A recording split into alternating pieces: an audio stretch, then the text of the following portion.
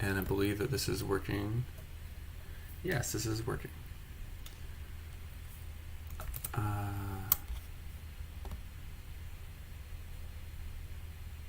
Yes, this is working.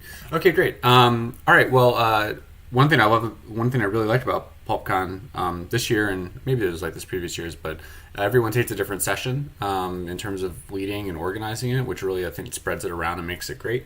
And so this one happens to be mine.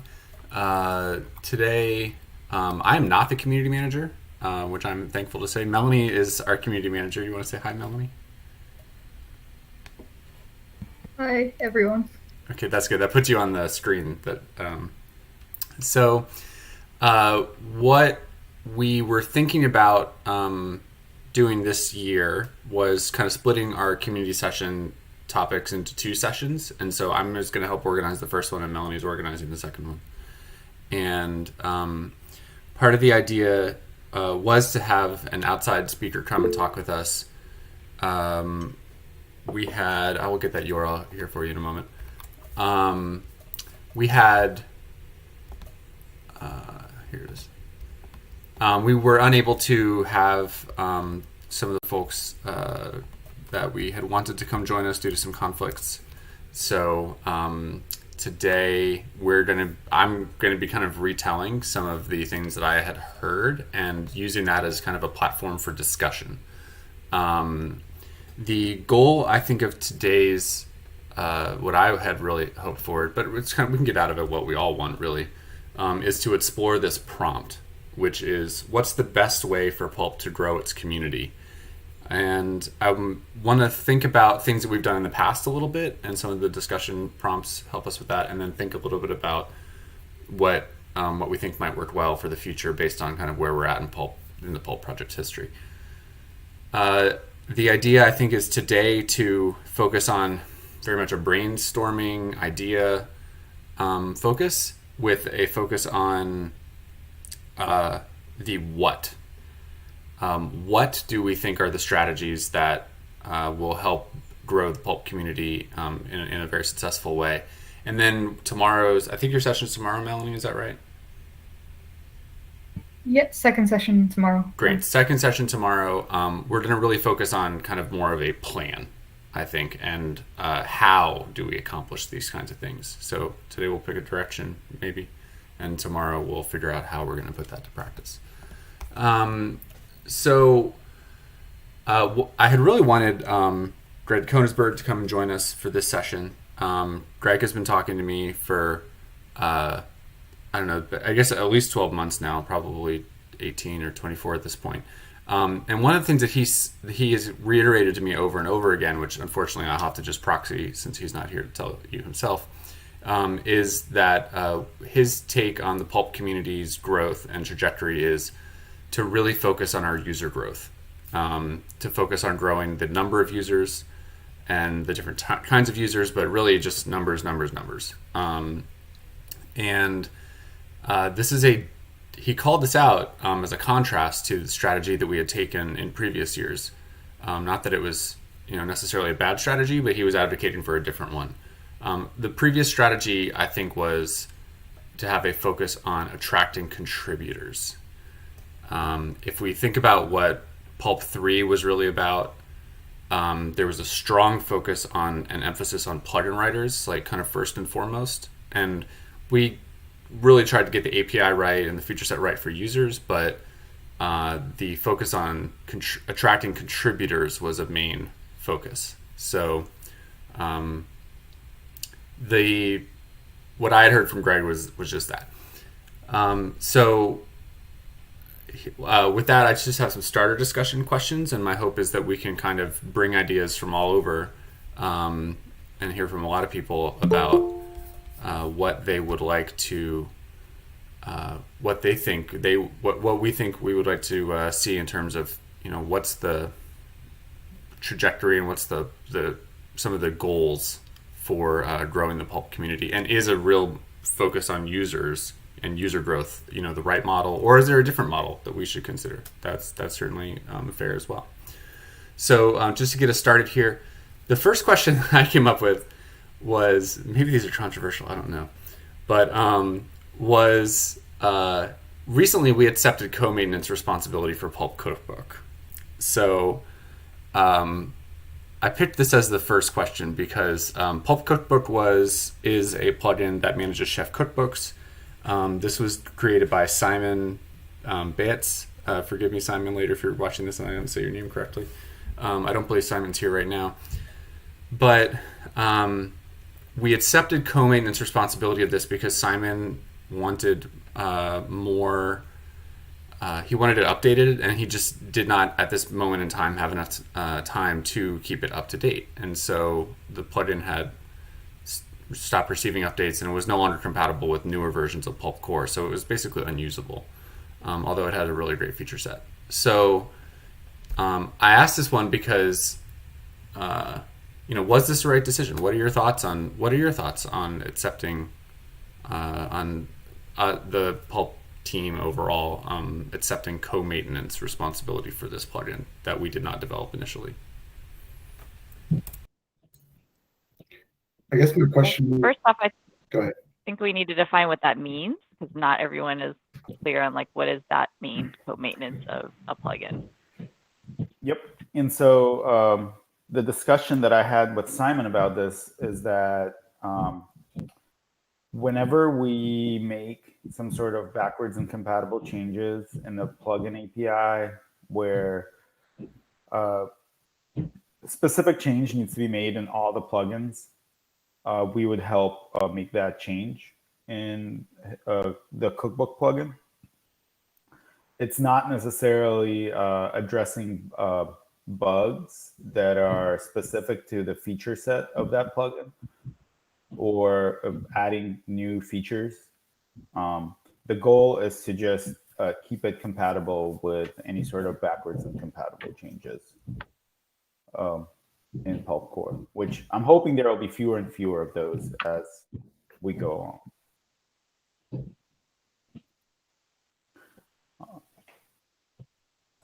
So that's the plan with the co-maintenance. So when we accepted that responsibility, was that when we moved it into our org, or was it already in our org beforehand? No, exactly. We moved it into our org so that Pulp developers, Red Hat employees, basically could make those changes without Simon having to, approve the PR, because we had a PR that was open for a couple of weeks, and he was not able to get back to it in a timely fashion. And so that got merged. And now since then, he's actually improved the documentation on it. And he's continuing to give attention to it, but he can only do it in small bursts of time.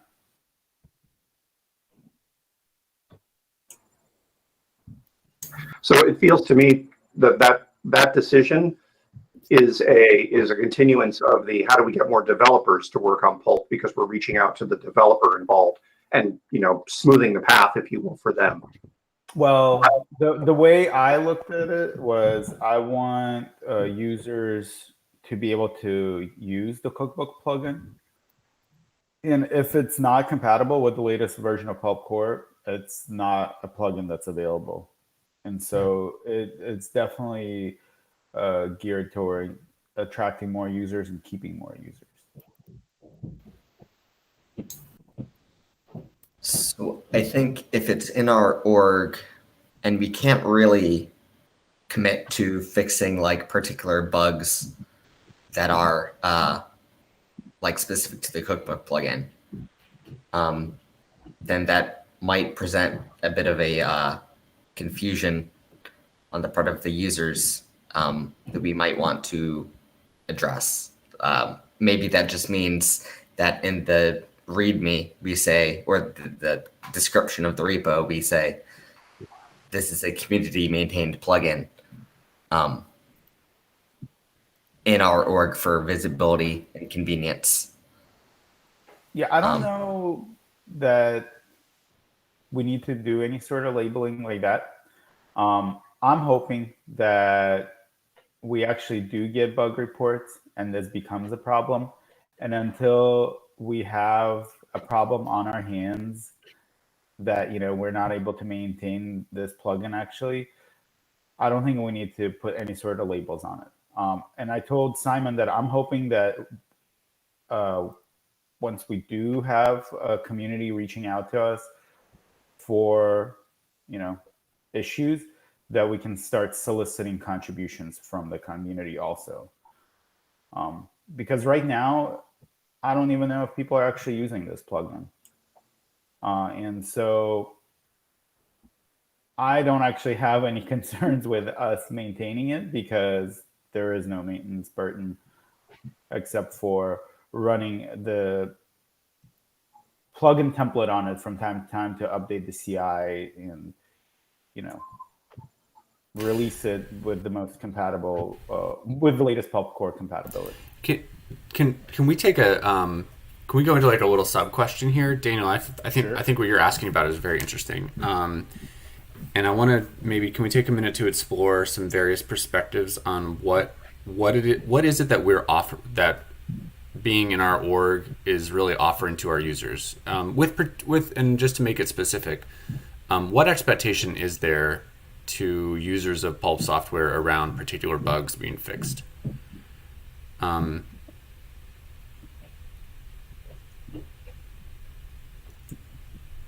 Maybe if anyone can share, what are your thoughts on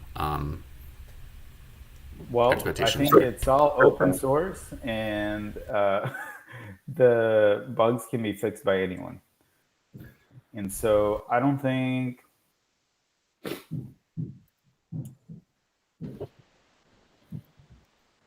it's just the people's responsibility here to fix bugs. I think it's our community as a whole responsibility to fix bugs. It's just we fix highest priority bugs, ones that we every day decide are important to us, even on the individual level. We pick what work we want to do.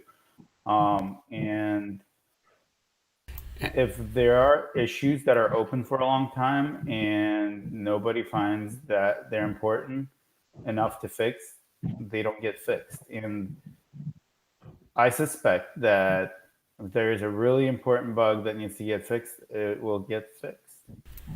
All right, appreciate that. What are some other perspectives on what this means? I just wonder, should we define this somewhere? Because it's all personal expectations, and without some kind of framework for how we approach prioritizing work and how much we would accept contributions, without defining that somewhere, it's all based on assumption. Or if we were having issues where, for example, I know OSPO will look at they will make a judgment on the quality of the project based on how many bugs are left open and for how long. They'll make some kind of comment around that. At least they'll take it as something to mean something. So we have regular bug triage that we advertise, and you're pretty good at doing this. But when it comes to community contributions, and I suppose that's the whole thing, again, we're talking about contributions rather than users in this, but should we, as an action item, define our level of involvement on this? That's just what I would think. And I think that's what we're groping for, yeah. Brian, is that kind of what it feels to me that's part of what this discussion right now is trying to define, is what does it mean for a plugin to be in the Pulp org as opposed to not the Pulp org, and whether there's any expectations. Well, I mean, my actual where this question came from was I felt like it was a particularly poignant question in exploring the contrasting approach between a strategy that's designed to attract developers versus a strategy that's designed to attract to attract users. Yeah. Because and actually less about defining it, although to your point, Melanie, setting clear expectations with our users, I think is a good thing to do. So I'm very much in favor of that. the challenge I think comes in that there is a free software use relationship, but there is not actually a financial relationship between users of free software and the developers who make it in a direct way. And so it's difficult to set a clear level of service there. And so I'm hesitant to try to do so. I think the lines are a lot more clear if there's a paid product that is built on top of open source software that, and I think it's great, by the way, that we have at least 2 companies on this call represented that make pay for products on top of it. So I'm a little hesitant to try to codify such a level of service offering because, one, I think it's really difficult, but despite my hesitancy there, I think exploring what we feel that level of commitment is and what we strive to do. What does it mean to do this well? I think that's a worthy question of answering, whether we can write it down in bullets or not. How much effort was it for that user to put their plugin into the org? That user transferred it to me, and I transferred it to the org. Time wise, under an hour.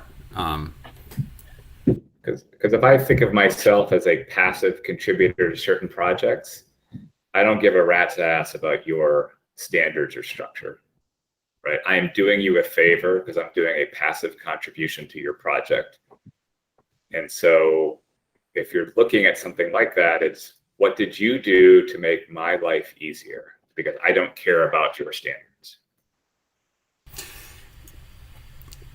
Yep. And that's basically what it was, right? If it took me an hour and you said you would help me keep mine up to date so my stuff worked, that's probably a fair trade. Well, the transferring, yeah, I hear you on that. And just to, I think, even further bolster your point here, if we actually look at investment levels on both sides with regards to this plugin, I think Simon, and I'm totally guessing here, but just in collaborating with him on various parts, he's got to have a minimum of at least 40, probably 80 to 120 hours in this plugin. So he's more than a passive. He's more than a passive contributor in this case. Oh yeah, absolutely. He's the creator of that plugin. Well, okay.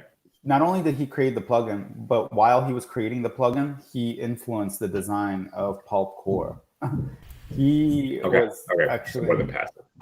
Yeah. He's definitely more than passive. But I think your point is still very well made. Which what I heard in it at least, which is that the equity in this deal is pretty sound in the sense that for our couple of hours here and there to keep it up to date along with breaking changes is small enough that it's worth it to make sure that our users can still benefit from its feature set. And his equity in the deal is that he allows us to co-maintain it, even though it really is his, from a time perspective, so that it stays up to date with less effort. And I think that's a good trade all around, generally. But if our strategy is to attract contributors, then when we step over that line, it could be perceived as a misstep. And that's actually why I picked this question to start with. So are we still talking about attracting contributors as the main thing we want to concentrate on in building community? Well, my hope for this session is actually that we can make a poignant reflection, perhaps shift towards attracting users as the main focus. Because this has some callbacks to the discussions we had with Neil yesterday on basically if you're already excited about Pulp, then it's easy to find things because you're Googling for it and you find them there. And Melanie's done a lot of work to have things show up appropriately, and you're already writing a plugin, you understand things. If I don't know about Pulp, I want to be an actual user. I am never going to contribute to PR, although I'll probably contribute bugs when things go wrong.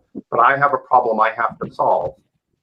What I need as that level of user is the well advertised, kind of sexy looking elevator pitch. What is this thing? And then once I'm like, I think that might solve my problem, a bunch of like cookbooks. I want to be able to, here is a common thing that people want to do with Pulp. Here's the exact steps you need to follow to make that happen. Here's how to use it for RPM. Here's how to use it for containers. The wizard workflow kind of stuff. Because what we're really to get users who don't already know about Pulp to use it, we have to advertise it like any other product and tell people, hey, you've got a problem and I bet we can solve it, and here's how easy it is.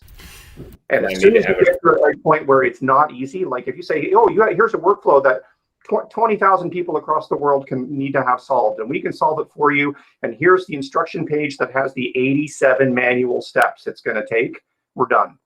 But if it was done meaning a user who doesn't already know about Pulp is going to look at that and go, I don't have time for that, and just move on, right? The less friction there is between the moment of what is this thing to, wow, I have it up and running on a test machine and I can see it actually working and helping me. The less friction there is in that path, the easier it is to start building your user community, not your contributor community, but your users. Because the users, go ahead. What's that time? What's your time window from I found it to it's running? And if it's not running by that time, I'm walking away. What's your time? Half an hour?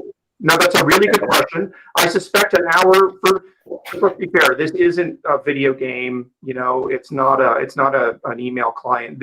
You're not even going to be looking for this unless you're used to having to solve pretty hard problems and working in the sysadmin world. Less than a day, certainly.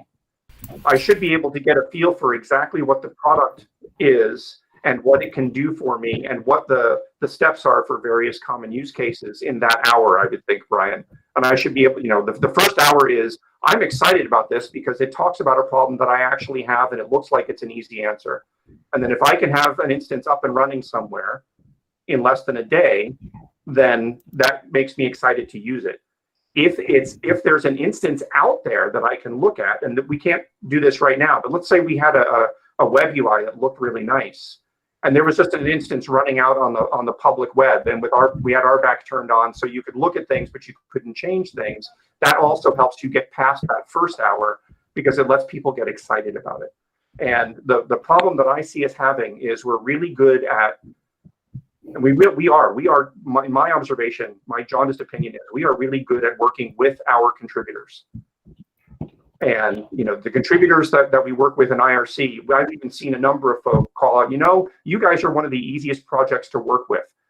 You were very receptive and, you were excited about my bug report. And I think we're doing a pretty good job there. But those are the people that already know about Pulp. And it's a 99-1 kind of problem in any given community. 90% of the people that touch the community you're gonna hear nothing from them. They're totally silent. You don't even know they're there. 9% of them are going to occasionally contact you, probably with, in our case, a bug, maybe a PR. 1% of your community are going to be active and engaged. And that's the people who only open bugs but do it regularly are part of that 1%. The contributors are even lower. And to get Pulp community larger to where people, I think we should, because Pulp has a thing to offer, right? This is a hard problem to solve, and a lot of people are solving it in a lot of really bad ways. We have to figure out how to make that 90% reachable. And right now we're really in the 1 to 3%, right? Yeah, so I believe if Greg DeKoningsberg could have been here, one of the things he's told me before was the reason to focus on user growth is a strategy to ultimately attract contributors. And this is a little bit, I think, of what I'm hearing from you. He said that if you have a large enough user base, folks will naturally contribute either as heavy bug reporters, early release testers, or actual code contributors themselves. What do some other folks think? on this call, and then after that I want to maybe jump down to question 16 if there isn't other perspectives. But what are some other thoughts about this from some other folks? So I wanted to just call back to the reason why we were focusing on contributors before was that Pulp was not GA.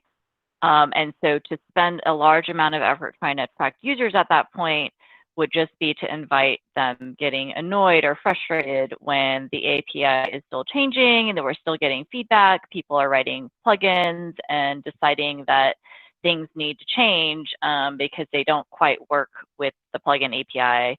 And so I think now that Pulp is GA, Pulp Core is GA, I think that the benefit to all of us here in attracting users is to get that feedback, get these plugins that have been written. The API is solid now, and to get those bug reports and kind of get Pulp 3, hardened basically of a lot of people using it. So I just want to call that out because I think the strategy before was the correct one for where we were. And now at this point, we're looking at, we have multiple companies that are trying to productize on top of Pulp. And we want to make sure that those production use cases are ready to go. And I think, we have a lot of people within the community also that have been waiting and wanting to get that signal that things are ready to go so that they can move to it in production in their companies or their universities or wherever their use cases are. So just wanted to call that out as kind of the larger context in which we're making that switch. It's not, why are we looking for those users and why is this the right time to do that? That's an excellent point, Robin. Yep, thank you. What are some other thoughts about these? Maybe from some folks we haven't heard from. I've been reading an article where it was saying that projects which have mid to large community, they usually have big user base, which brings them as a side effect a lot of contributions. For projects which have reasonably small community, they should focus on extending the user base and not to have the focus on the contributors, because basically the bigger user base you have, the bigger chance you have of the contributions and not vice versa. First, you need to focus on the image advertisement and raise the awareness of the project. And usually this comes with people using projects and getting hooked up on it.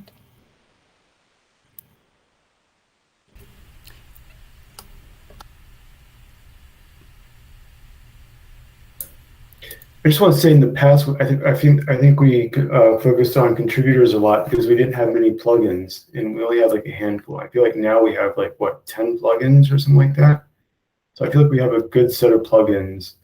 And so I think it makes sense to focus on users, and maybe some of the user features like UI and stuff like that would make sense at this point. Sounds like we're transitioning to that question on line 16. Exactly, Dennis. Yeah. Daniel, I guess I probably shouldn't call anyone out in particular, but I was interested in what you were talking about earlier, and I didn't know if you got a chance to share what you were thinking.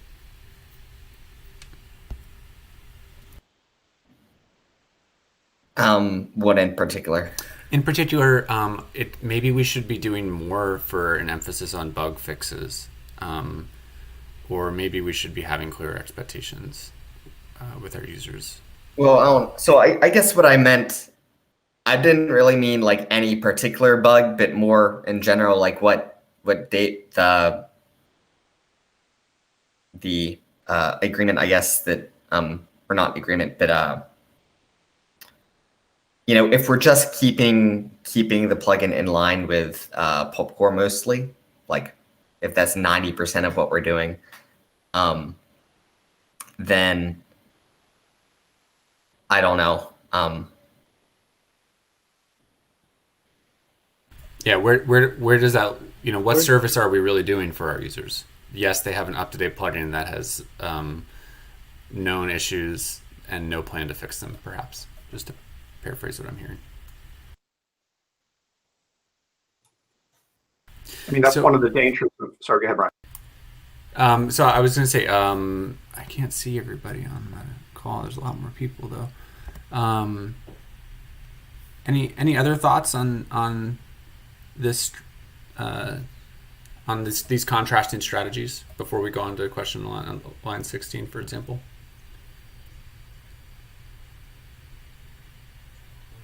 I don't have anything new to add. I think everyone is more or less in agreement that it's a good idea at this point to switch to user oriented strategy. Great. I'm loving the hats. Brian, to see more people, you can adjust the layout. Like I have 15 people on my screen at the moment. All right. Well, maybe someone in chat can tell me how to do that. Oh, I can figure it out. Oh, I'll play with it. I see the layout button. All right. So then, why don't we ask this? So, where's our bet? Well, two things. Tomorrow's session, I hope that we can talk a lot about how, like, what are the 20 things that we can do to attract more users. So I want to try to save a lot of the let's do this, let's do that for tomorrow. From a high level though, I'm going to look at the question at line 16. So what is more important at this time in our history in terms of our effort? Is it more plugins or is it better plugins? Is it more usable things around plugins? And I list examples like a UI, a CLI, being able to deploy in different environments, like with operators and things like that. Where do we think our effort is best spent? That's the question I'd like to ask for our remaining time. Well, with what Grant said earlier, I think we should definitely focus on usability and making things just easier to do. I think so far we've made it easier to install and deploy. I feel like we've got that process pretty smooth. However, the fact that you can only use the REST API, or use a Python or Ruby client to do all of the interaction is still a barrier to a lot of people. So a CLI or a UI where we are very prescriptive. The REST API is very good because it gives you a tool bag that lets you do very many things, but it also requires you to take many steps to do that. A CLI or a UI that has very prescriptive workflows that can be executed in fewer steps would help users in that first hour of getting to know Pulp to really go through all the possible workflows. Yeah, I agree. I would also like to echo something I heard earlier this week during our PulpCon, that users like our project and they have big plans to use it, etc., etc. However, they cannot keep up with all the changes we're making, and they are not 100% sure is it safe to install and use it in production. Having that said, I think we should focus more on usability and stability of plugins. Basically, not quantity, but quality.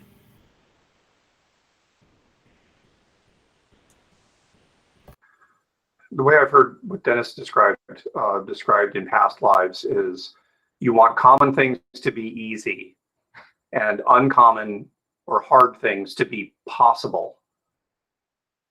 And in a lot, like, there's lots of examples out there where common things are easy and you can't do the hard things. IBM has traditionally had a history of common things are hard and hard things are still hard. Everything's equally hard. And I think where we are with Pulp is there's an amazing number of things you can do work, but you have to do the same amount of work, whether it's a common thing that everybody wants to do, or it's a really weird thing that only one user wants to do. The kinds of effort, the amount of effort you have to go through is very similar. So if we could get to that point where the common workflows are easy, that gets you 80% of the people that want to use your product. He says, making up numbers off the top of his head. I like your numbers. Yeah. The other thing which I would say is, how do you go out and look for other projects, right? So I have a pointy head when I don't have antlers, but I tend to look for examples of people that have used it in the situation that I want to do. So if CI/CD is important, you need a running example of CI/CD. Don't just talk about here's how to create an RPM repo, because really there's like 8 people in the world that care about RPMs outside of the RHEL ecosystem. So you need to have for me to find it, you would need to have examples of the problems I'm trying to solve. So CI/CD is one. I don't know what the other ones are. Oh yeah, I mean, that's a big one. We definitely have the single container that we've now provided, which is now being used in CI pipelines for multiple projects and outside of Red Hat.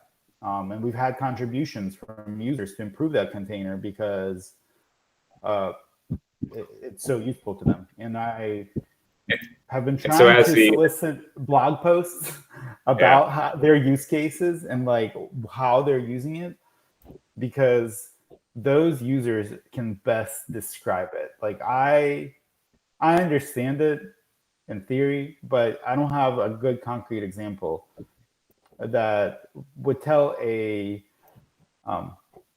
believable story, where I'm talking from my own experience. It's marketing. It doesn't have to be believable. Come on. Wait, is this recorded? Shit. Did it involved would be better. Yeah. I mean, one of the things I've got a session coming up this morning, which is aimed at, if you're using Pulp, what are you using it for? Partially to try and pull out those stories that we don't think about, because we tend to think about how do you code Pulp to make it do whatever it does more efficiently. But not, at least I do not think about it in the context of what's a real world workflow that's keeping my company alive, where Pulp is just the tool that I'm using. And that's really what we're trying, one of the things we're going to try and get out. I definitely want to continue this conversation in that one as well. Yes. So speaking of continuing conversations tomorrow, I think we can, like I said earlier, have a pretty big brainstorming session about how do we want to try to tackle this problem and tackle this shift in focus. What I was wanting to ask now is, oh, good, Kieran, you're on the call again. I was hoping to take a few minutes, and since we're talking about community, and maybe shift our conversation just a minute. We only have 5 minutes left.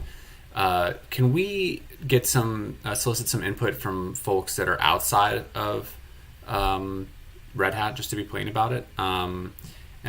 Kieran, you're one of these folks, and Douglas, I don't know you personally, but it says that you are also from outside of Red Hat. If you have something to share that you feel like in terms of building community and what the Pulp community can do, which you guys are part of, to build, what would you say? What do we need to do to make this really effective? I'm not the best person to answer those sorts of questions. I'm quite antisocial. I hop onto IRC when I need to ask some questions. For reference, I'm Wibbit on IRC. Some of you know me. Hopping on. Yes. Man, nice to meet you. Nice to meet you all too. So when it comes to communities, I'm not the best person to ask. 2 young children and a full-time job. I'm fairly maxed out. But what was your journey, Douglas, to finding Pulp? How did you arrive at talking to these people? Because that's, I think, what would help them find other people like you.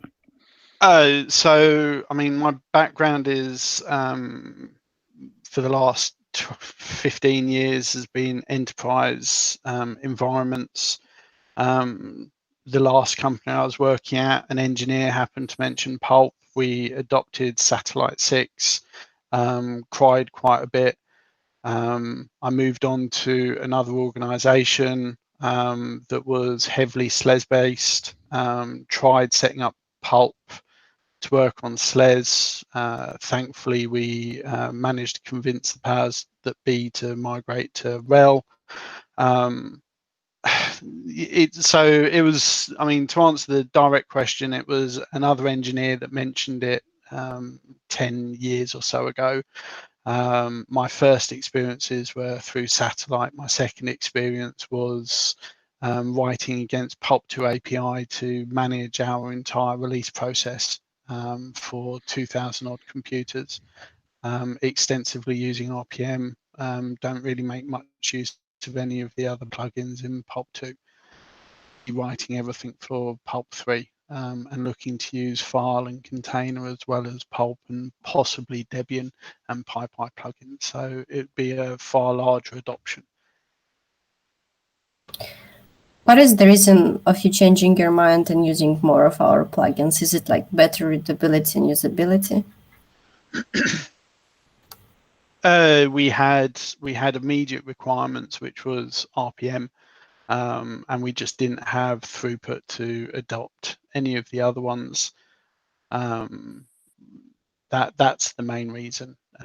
There's always a reason to use it. It's just as to whether you can justify the time to write the tooling to make use of it. Well said.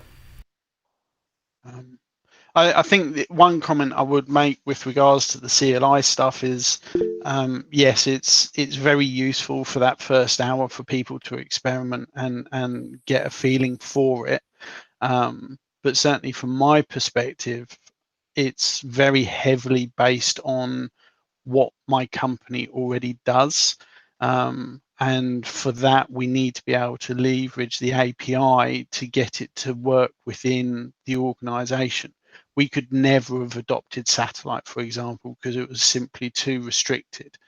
The company has 15 years worth of release mechanisms and methodology that we need to fit in with, and using a CLI just wouldn't allow you to do that. The only way of doing it is with a flexible API. That's great. Thank you so much for that. And it is a joy to see you on the call after all this collaboration. That's so fun. Thank you. We are almost out of time. I would love for anyone to come back to our session tomorrow. But just before we go, Kieran, do you have any particular advice that you'd like to share, or an outsider's perspective, please? Yeah, I will mention it in my upcoming talk as well. But I think my experience has been, or the most difficult thing for somebody sort of who's on the outside, quote unquote, or in the community, but not in the Pulp team and not from Red Hat sitting in on every meeting and so on, is just pace and churn. So like there's just, and I mean, a lot of that is probably just the Pulp 2 to Pulp 3 rewrite, right? So my expectation is that some of the churn and pace will slow down and stabilize, and that will help a lot. Like, because it's just, well, I'm not going to be working on Pulp full time. So if the pace is incredibly fast and the next time I look, my development environment no longer works and there's a new Pulp core version I need to update to and then it can be tough sometimes. But yeah, I'll mention it again in my talk because it's yeah, have it in there. Wonderful. Yeah. That's great.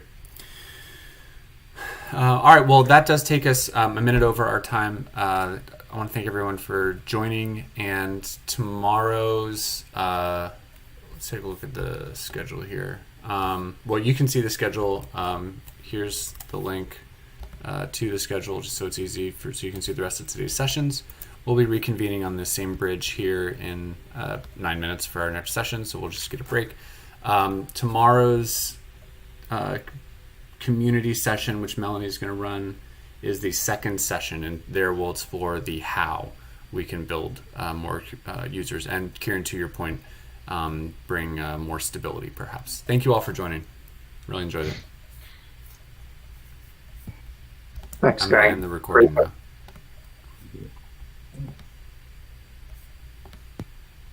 Brian, will you change or have a look at the permissions of the videos you shared with me? I couldn't download them to then put them on YouTube. Yes, I will. I will do that right now. Thank you. I thought I said that. I must have not. I can view, but I can't. Yeah, I think there's a lot of permissions. There's a difference between viewing and downloading. Okay, cool. All right, let me look into it right now, and then we can test it later. All right, see you all in 8 minutes. Bye.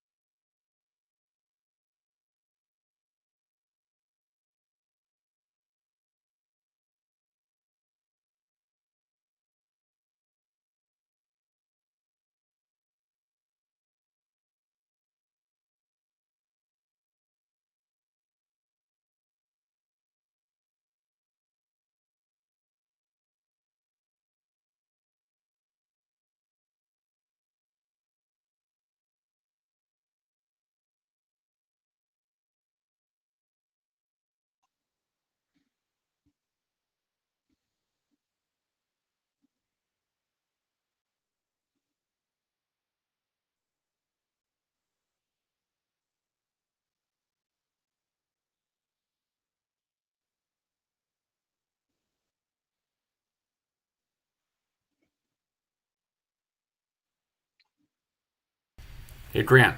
Yeah. When I guess let me know when you want the recording to start. I'm not sure if you're able to click the record button or not.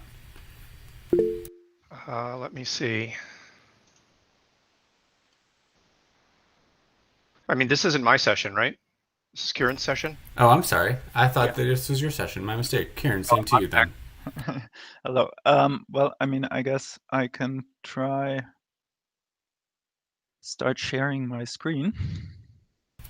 Cool. Yeah, and I'm just leaving the YouTube stream live throughout all this. Yeah, I have the YouTube stream open so I can watch what you people see. Cool. Yeah, that's cool. Are we going to record this also? We will be recording it. Yeah, if somebody else could press the record Yes, I will. button for me. I will do that now. I don't know where it is. All right. If anyone does not consent to recording, please say so now.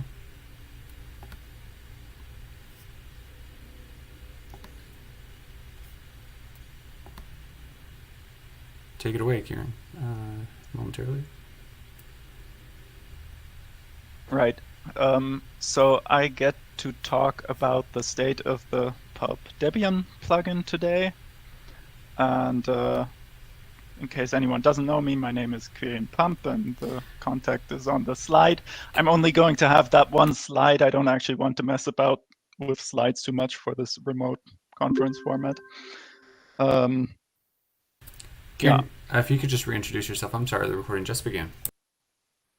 Okay, so my name is Pulp, and I work for ATIX, and I am currently the primary maintainer, I guess, for the Pulp Debian plugin, and I'm going to talk about the state of the plugin today. And yeah, so again, this is the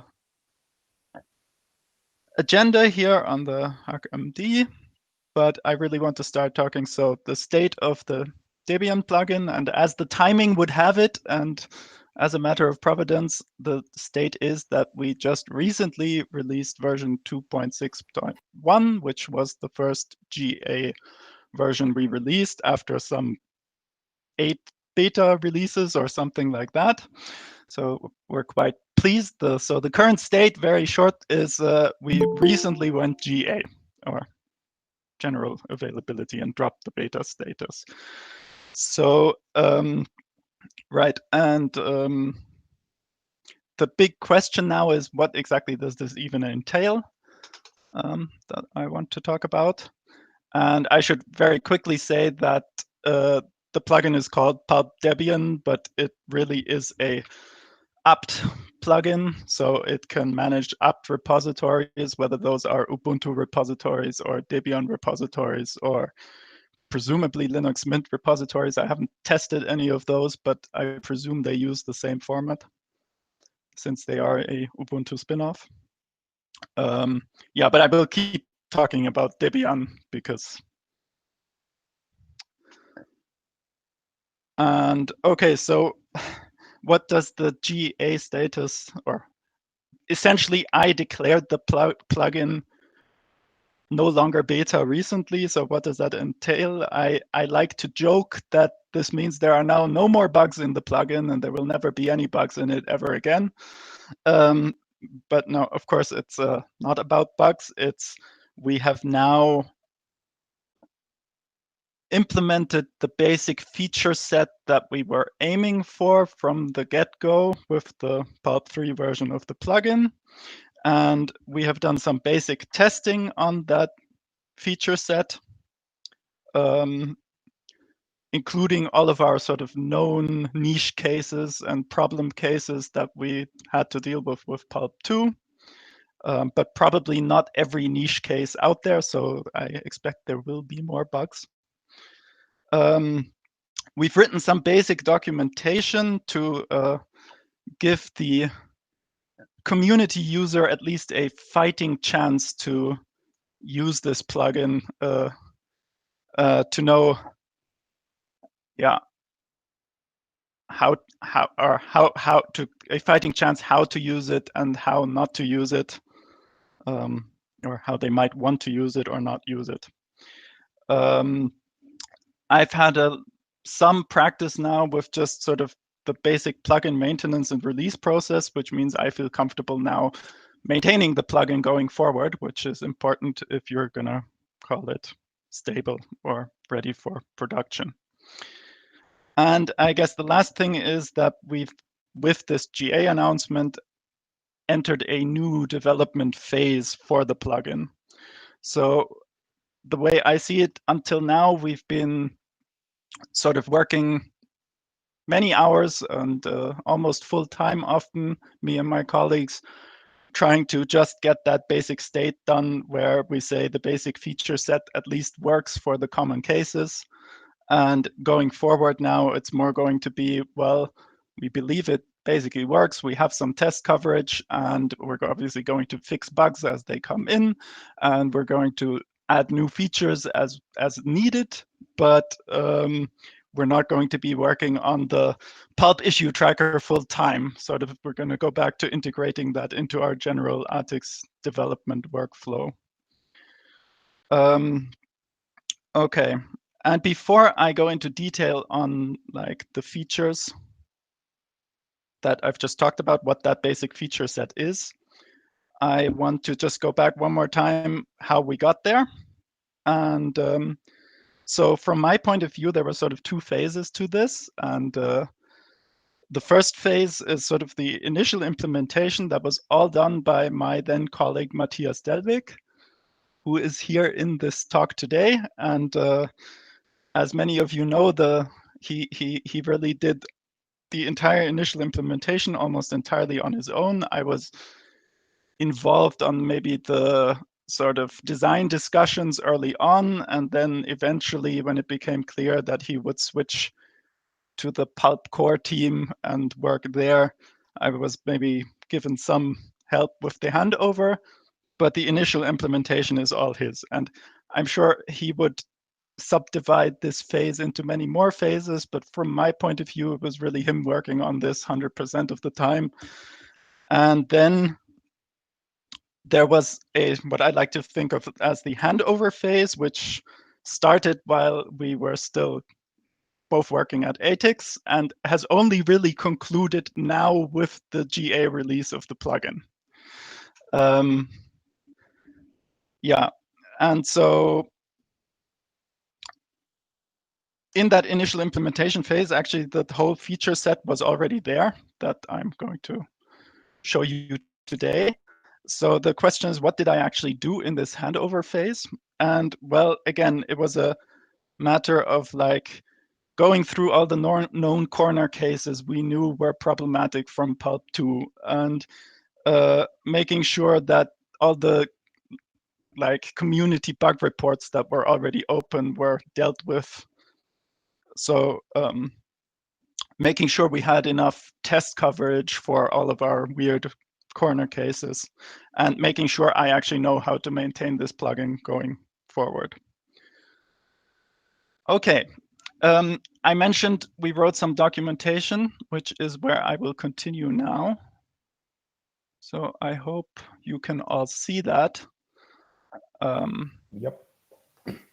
Yeah, we have a, so because I want to quickly introduce what is that basic feature set of the now released Pulp Dep plugin.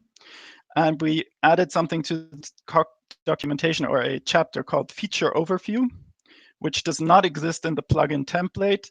And it's basically meant to give a sort of high-level entry point for community users of the plugin that isn't as sort of detailed or example-oriented as the workflows section, but gives you the broad idea of what you can and cannot do. Also, it's a bit of a fudge because I wasn't going to have the time to write detailed workflow documentation for everything. So I thought this was my best chance to make sure everybody gets that fighting chance to use this plugin. Okay, it's a Pulp plugin. Of course, it has some content types. It's not really, I'm not going to go into the detail of that now. If you want to know about the content types added by the Debian plugin, you can use the REST API documentation. So I'm just going to quickly show that we have it and open that here. And all of the API endpoints that start with content here in the description describe some content type, either for metadata or for packages. And if you're interested in the details, you can go ahead and read that.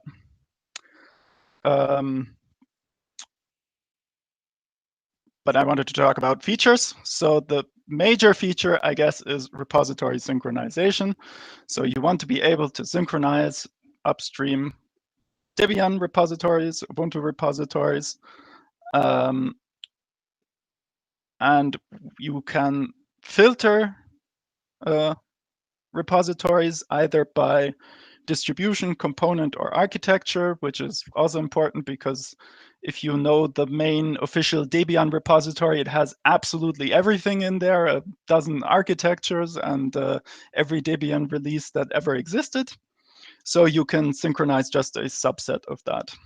And we have signature verification, so you can add a GPG, a public GPG key to your remote, and it will check release file signatures as it downloads them.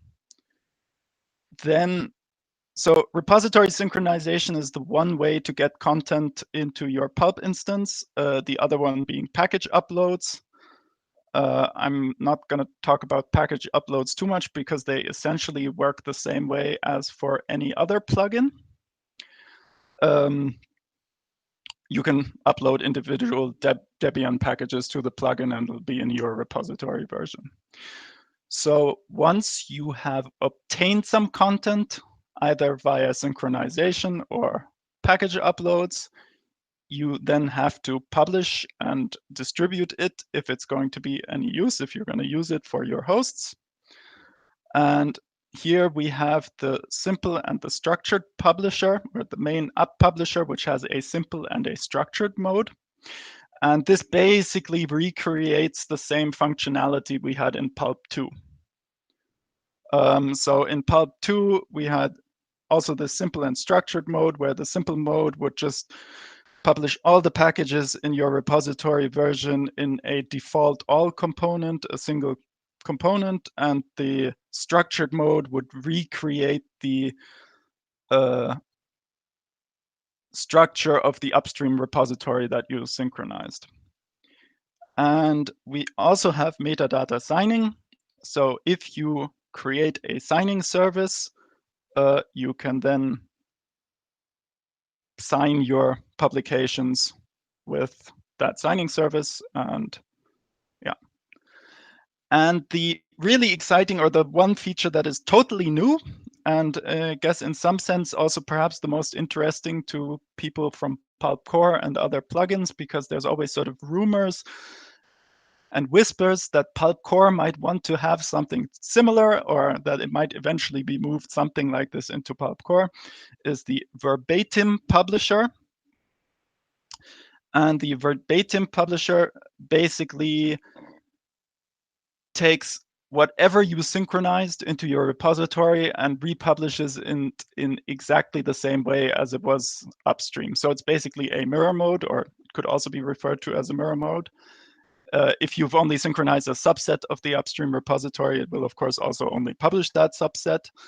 But anything it does publish will be the exact file that was pulled from the synchronized repository, with the exact same checksum, with the exact same signatures and everything.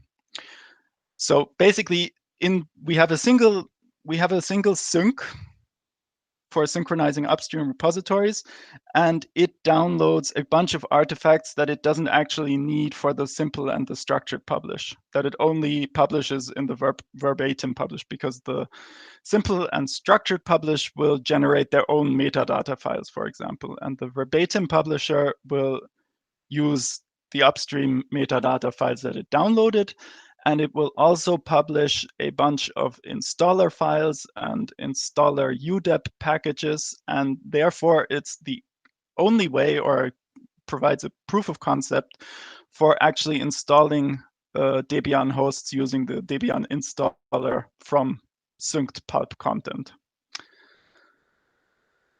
And I guess the broader application is that the verbatim publisher is basically totally independent of any Debian specifics.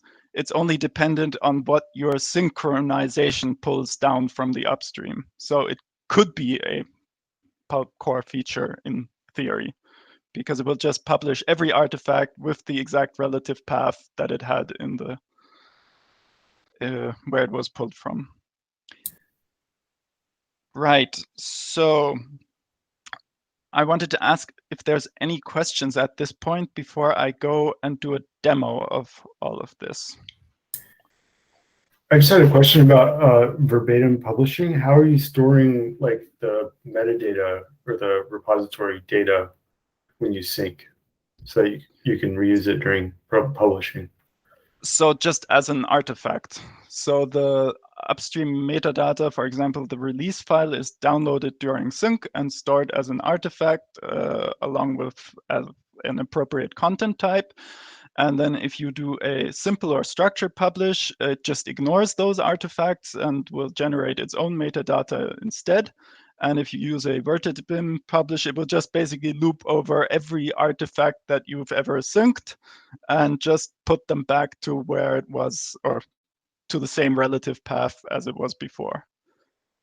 And this will include, for example, the upstream signatures. And I guess I will switch over to the demo now, because there we're going to be able to see it. Cool. I had the same question, David. Thank you for answering that. Kind of related to that question, what about some of these artifacts are the metadata files themselves, which David was just asking about. What happens when users compose their own repositories, like they add or remove a single package? Those won't be included. So right now the verbatim publish is only useful for synchronized repositories. So it's really, if you want to mirror an upstream repository or a subset of an upstream repository, you can use it. But it doesn't work for like creating your own repositories locally and publishing that. And that's actually, yeah. If I synchronize an upstream one and then I create a repository version that's a modified version of it, and then I try to verbatim publish it, what would happen in that case? Yeah, it will still publish everything that's there, including the new packages, but the metadata won't match them. Cool. So it's just a not correct repository. Yeah. Yeah, that's fine. So I understand. It's actually good, Matthias, that you raise your voice, because I should have said this is probably the feature that I have not touched at all, because it's actually a very stable feature once you've built it, right? It just, in quote unquote, stupidly republishes whatever is there exactly where it should go. In like 5 lines of code. Exactly. And so I may have touched the sync, and it's of course dependent on what comes in from the sync, but I've not touched the verbatim publisher. Yeah. Cool. That's great. Thank you for that. My other question was about signing features. Just before we get into the demo, can you talk a little bit about are there any signing features? Yeah. So the signature verification is fairly simple at the moment.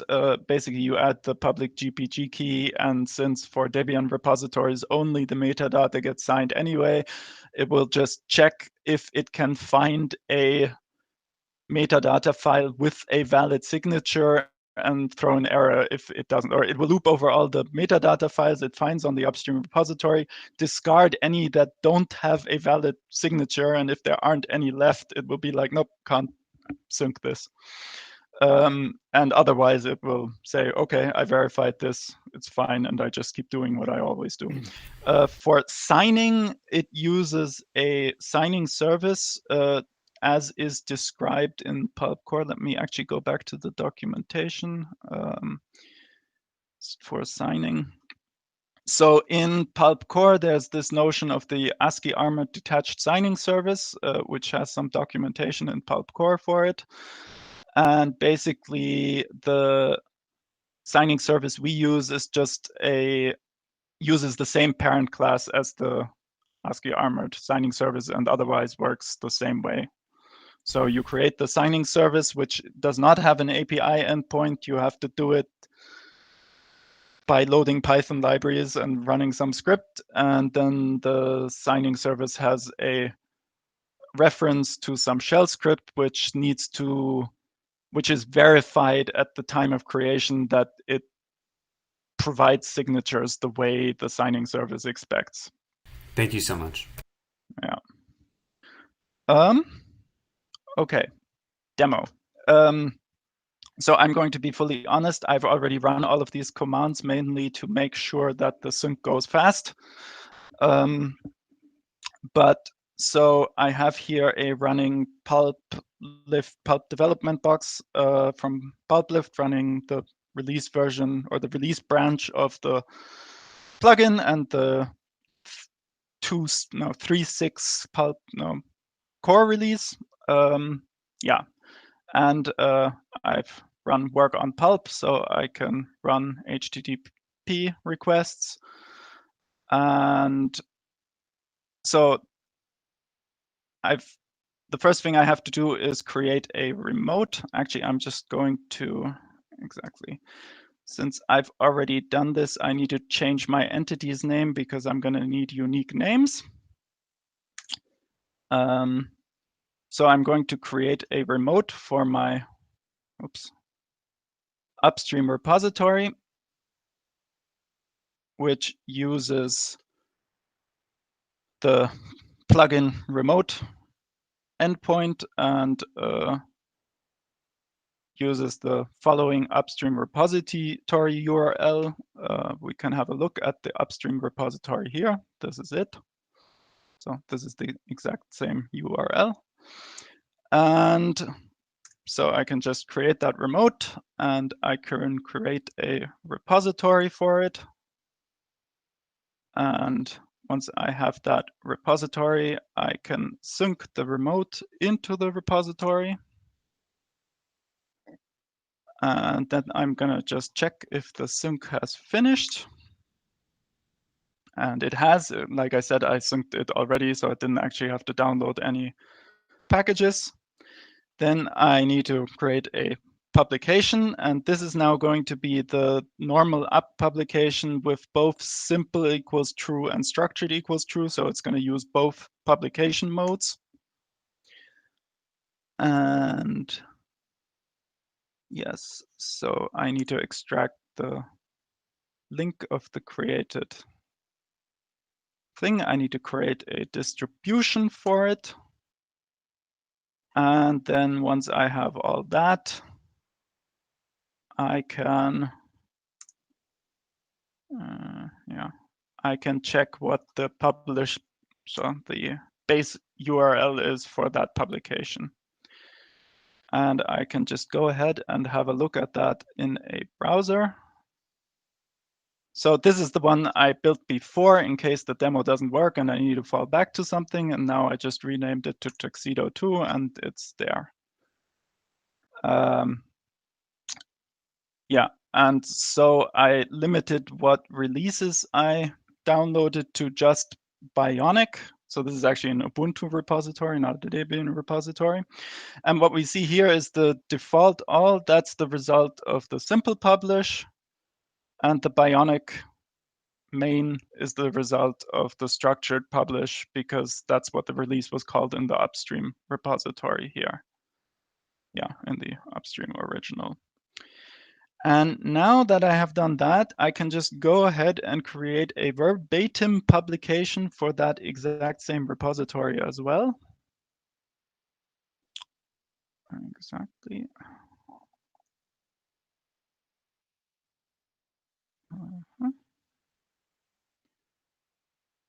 So I don't know, I've heard that there is perhaps in other plugins, you can do a publication and a distribution in one step. We don't have that in the Debian plugin. I'm not sure whether that's something I need to add at some point or whether that doesn't work for Debian for some reason. No, I don't think. Yeah, it doesn't exist yet. Yeah, we don't have that feature yet, but it is planned. Okay. And Well, every plugin will have to implement it on their own. Okay.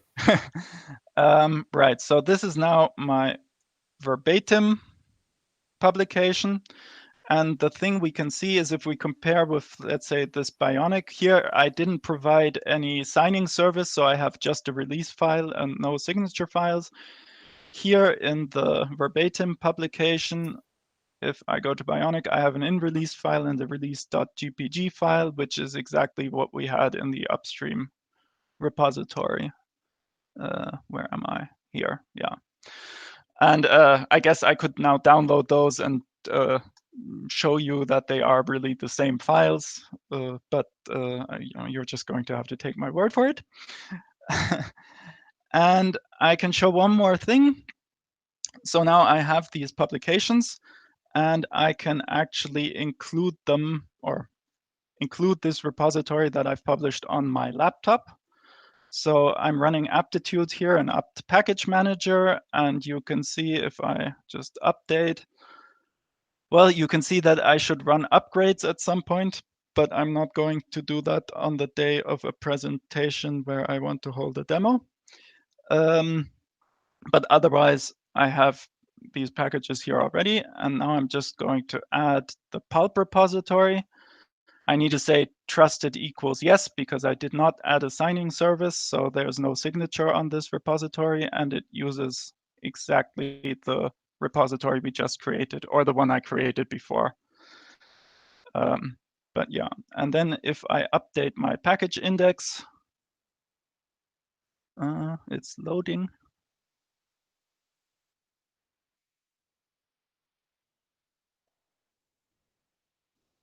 We see 44 new packages. And yeah, let me just see.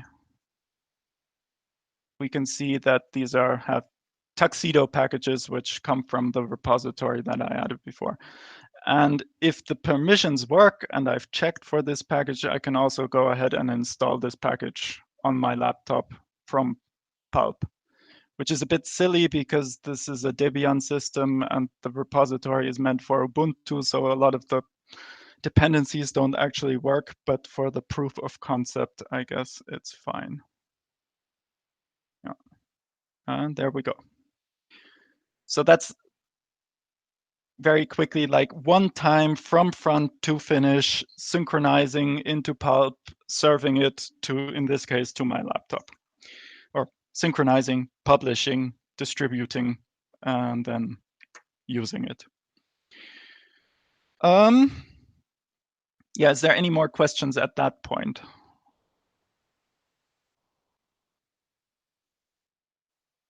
If not, then I would just continue by talking a little bit about what to expect going forward. And for that, I'm just going to open the Pulp Dep issue tracker, which, of course, anyone can go to and open issues. And also, actually, I'd like to take this opportunity to say that community users who installed both the beta versions and now the release have generally been a huge help in opening very high quality issues, and which I guess takes effort away from our own testing department, and also hopefully makes the plugin more robust, because nothing against our testing department, but we all have tunnel vision and we all always use the same 3 test cases, and in this case we get community feedback.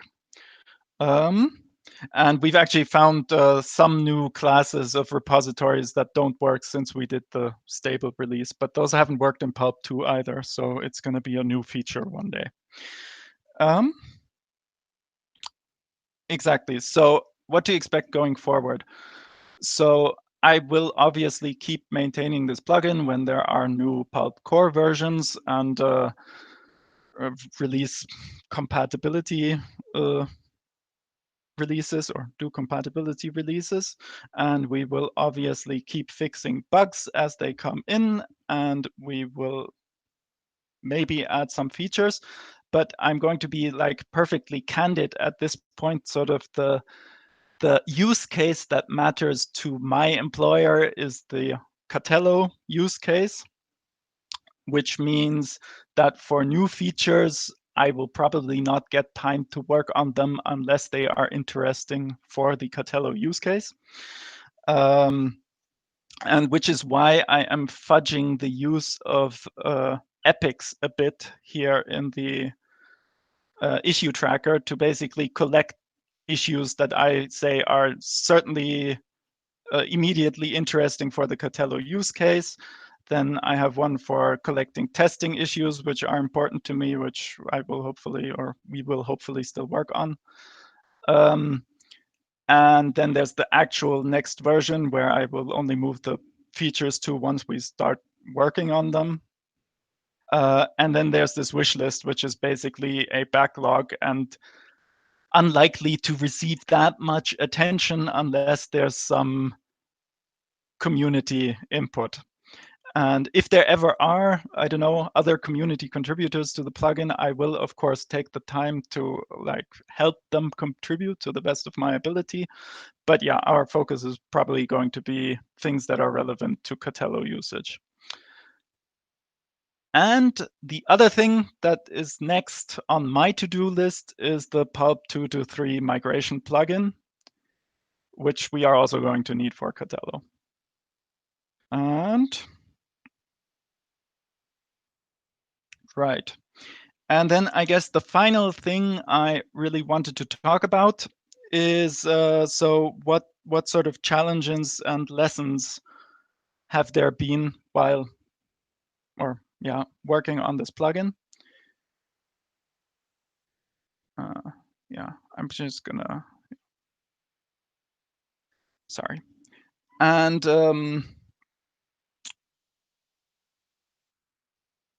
so I could talk about sort of the technical challenges, which were mainly to do with what I like to call the original sin of Debian repository format specification. But that's probably not that interesting to everyone here unless we still have time at the end or something, because that's just like the technical challenge that has been eating a lot of my development time and Matthias's time before then, and my colleague Manisha's time. Because the way that you find release files is not very strictly specified in the Debian repository format specification. But I really want to talk about sort of my experience as a community plugin maintainer. And so I wanted to start with the good points first. So the first thing to say is this is a hugely supportive community and is always available on IRC for all my questions and generally nothing but helpful. Also, you do a great job of automating everything and maintaining the plugin template. And so for somebody who is not working on this project full time, there's lots of ways to keep maintaining this plugin. And there's lots of documentation. So any complaints I may have are basically complaints on a very high level already, I find. And so the kinds of complaints that remain or the difficulties, and some of them are probably unavoidable anyway, are first and foremost what I already spoke to in the other talk, just the pace of things in Pulp Core. So there's lots of people clearly working in Pulp Core and adding lots of new features, and this can be a daunting pace if you're not working on it full time. And if you're not sitting in on all the meetings. And so you do a good job of communicating everything on the mailing list. There's the deprecations for the plugin API in new Pulp Core version. So it's all there, but it's just pretty fast. And I imagine some of that will stabilize, and it's just down to the Pulp 2 to Pulp 3 rewrite. But it's something, that has been a challenge for me. And I'm not personally a huge fan of the word Pulp 4. Now, I imagine actually Pulp 4 won't be comparable, or the Pulp 3 to Pulp 4 will not be comparable to Pulp 2 to Pulp 3.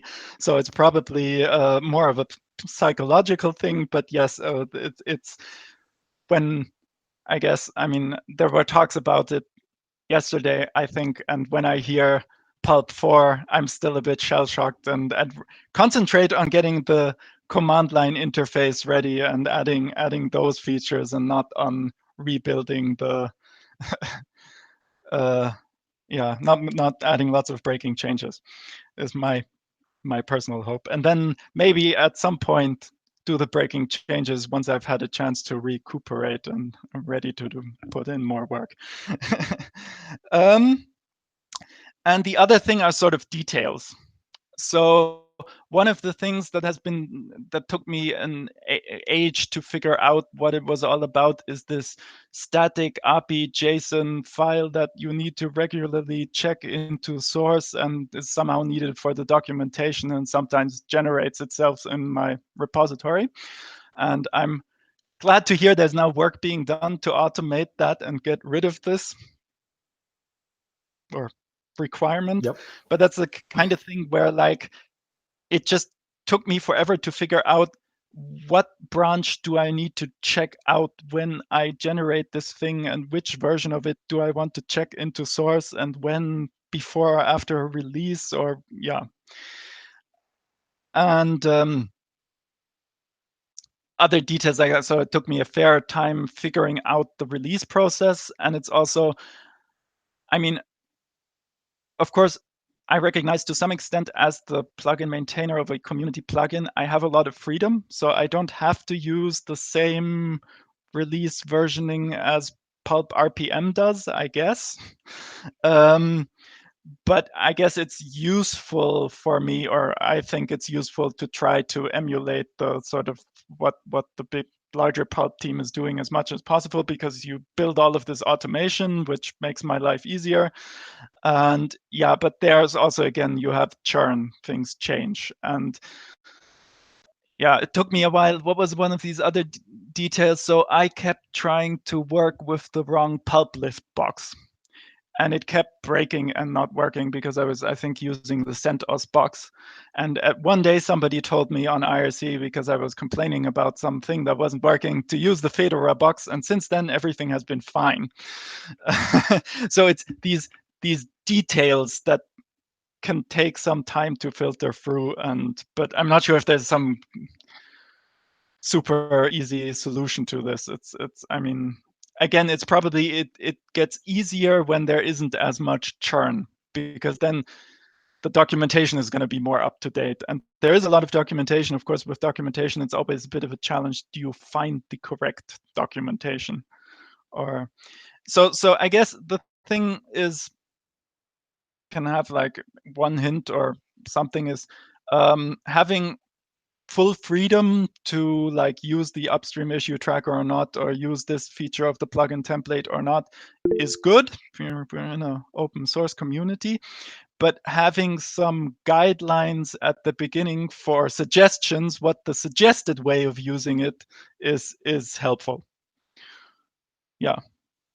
And I think that's basically everything I wanted to say. So if there are more questions, I'll be more than happy to answer those.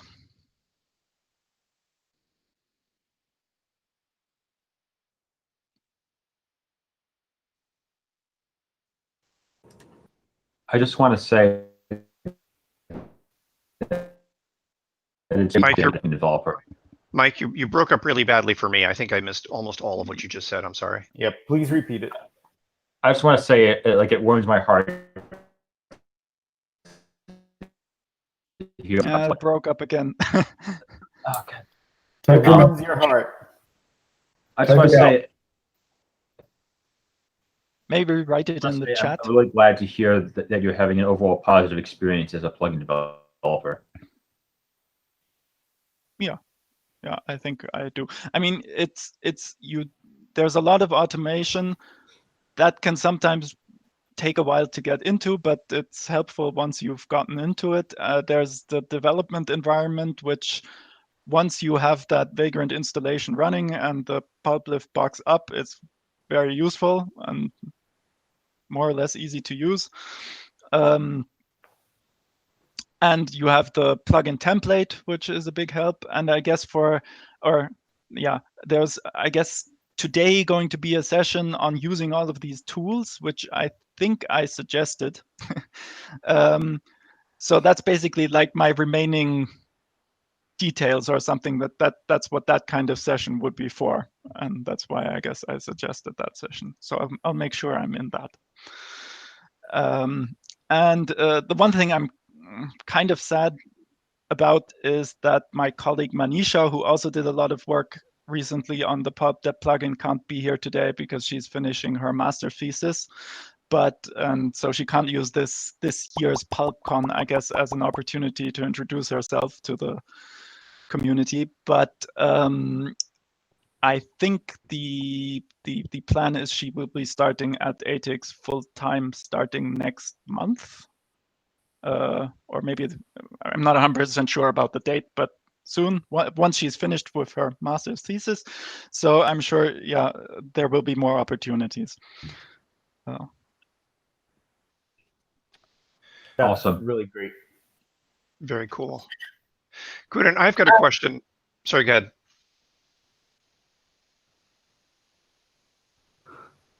Okay, I'm taking a leap here. I want to say thank you so much for taking up the work there.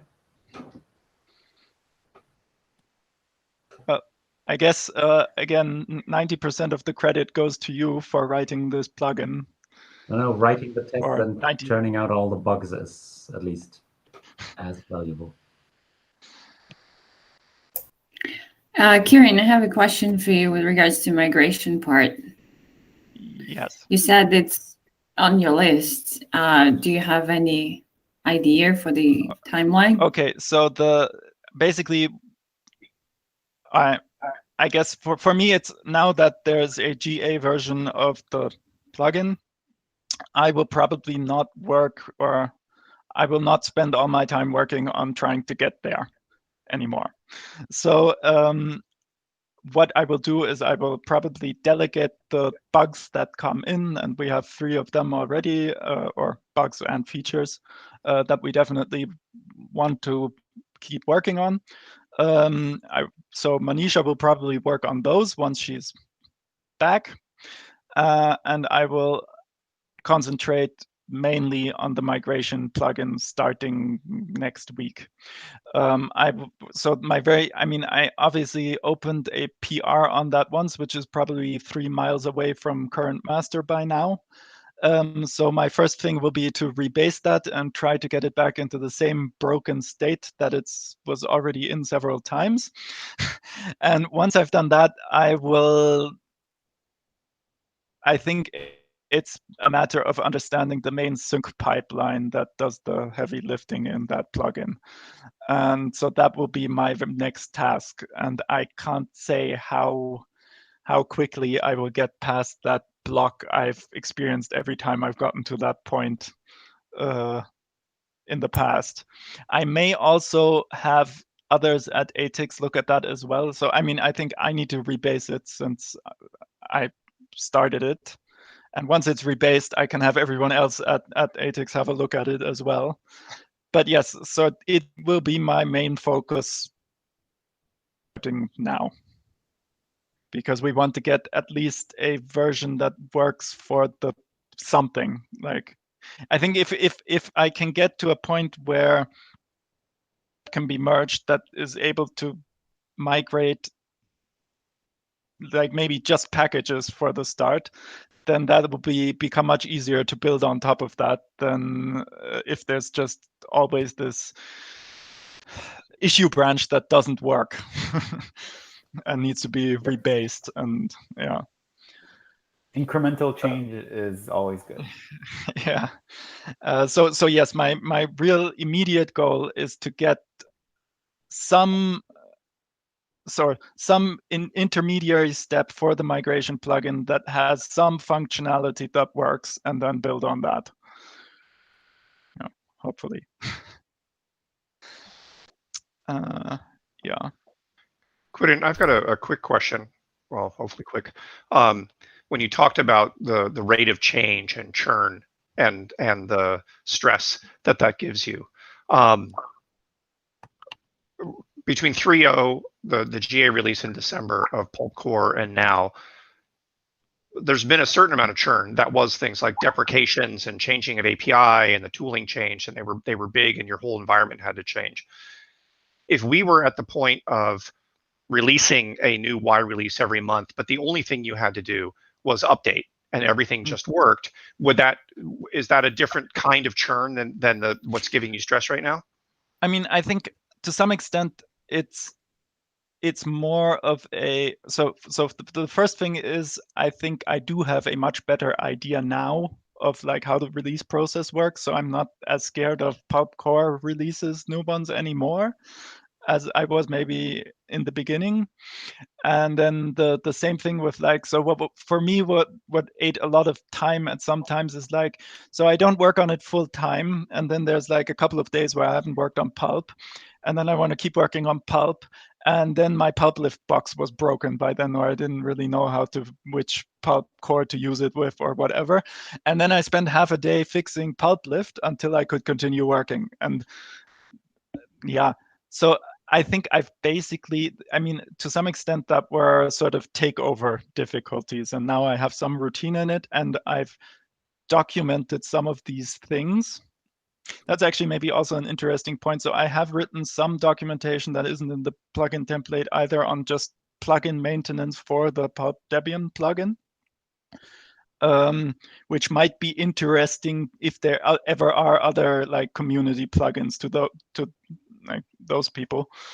And is of course, so it's for myself because I will forget things by the time there's the next Pulp Core release and I need to do it again. And it's for my colleagues because maybe they need to do it at some point when I'm on holidays or something. I mean, they don't currently have the push rights, so, but they can still do all the preparation and then ask somebody at the Pulp team to push the tag, I guess, if it ever, if that situation ever comes up.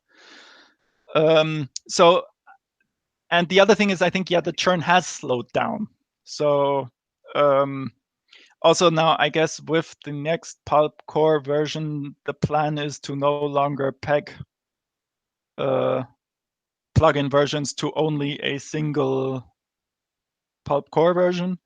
I think that will help, because it'll take this, or it will hopefully in the future remove this need to release immediately after there's a new Pulp Core release.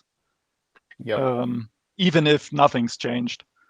Yeah, and I think that was kind of part of what would break your development environment also, is Pulp Core gets updated and your plugin still has a dependency listed as needing the older one, and those types of failures in provisioning are not always obvious, and you spend time figuring out what exactly changed, and it's just like a version number and not an actual significant change. I want to add the change that we want to support multiple core versions with the plugin is mostly to make it easier for the user.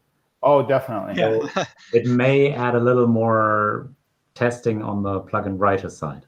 I think it's easier for the plugin writer as well, because it just means that, so I release the next Pulp version will be the next Pulp Debian version will be, for a Y release, will be 2.7, which will be pegged to Pulp Core 3.7, but also 3.8.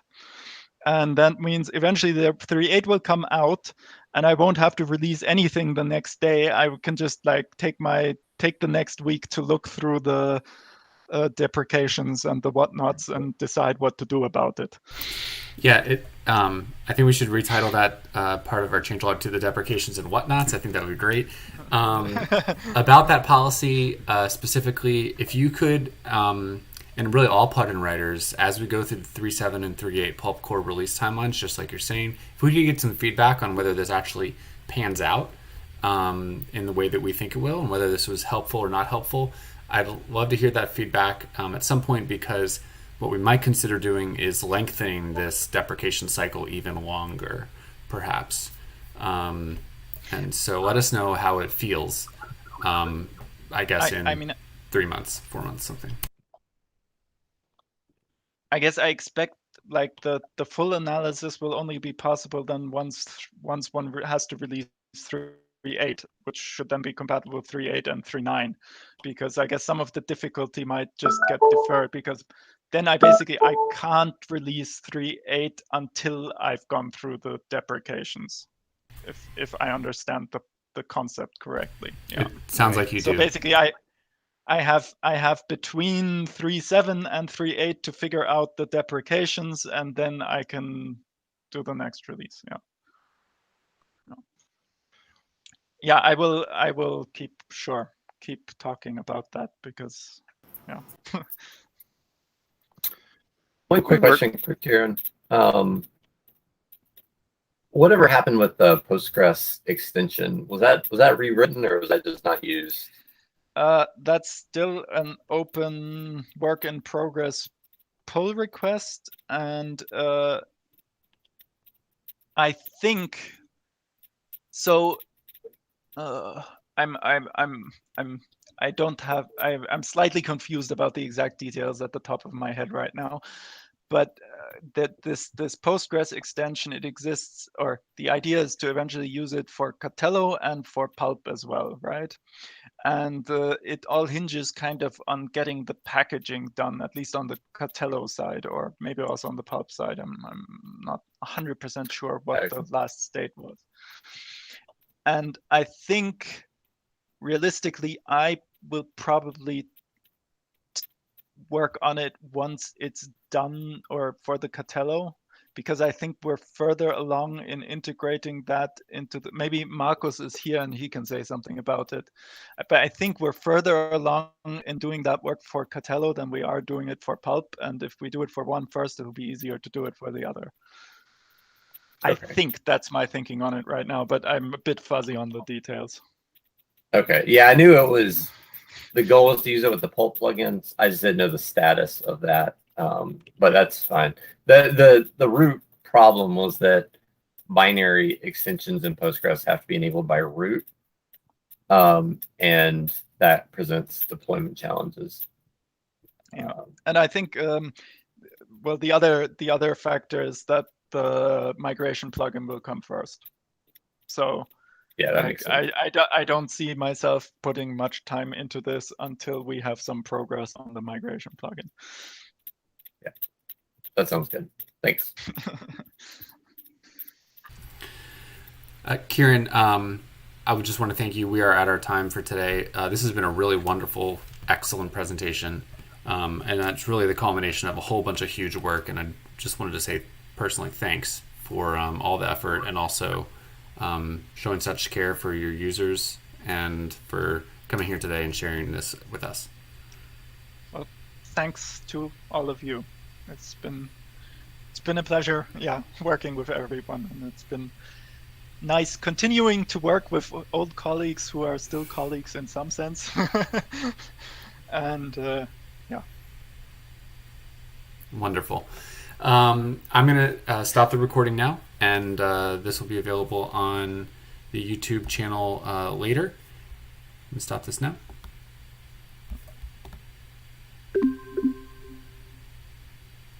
Okay, perfect. Nice, Mike. You're on the big screen. Perfect. I am. Yeah. Okay, now we'll do the tiled view. So we'll resume here in 6 minutes, it looks like, and I'm going to leave this stream running on YouTube, and our next session will be, I believe, Grant's session, which is use cases from the community. Yep. Okay, perfect. All right, see you all then. Thanks again, Kieran. See you in 6 minutes. Thank you. Thank you.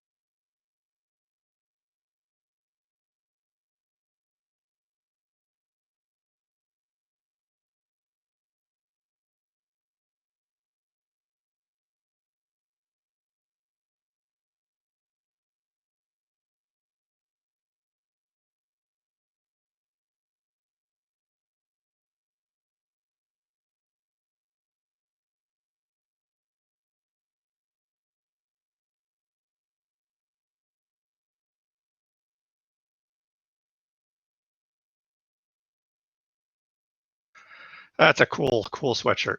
Yes. And the next time anyone says GA, woo!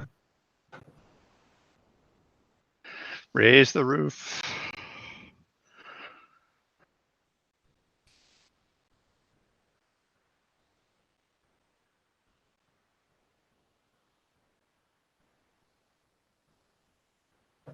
so You're not going to wear sunglasses inside anymore. no. They looked very cool, I must say. Thank You you. definitely raised the cool factor of the Pulp team over the course of wearing those. Not quite enough to make up for my flamingo hat, but you know. Yeah. You need to be the best. Wow. Let's see. Here we go.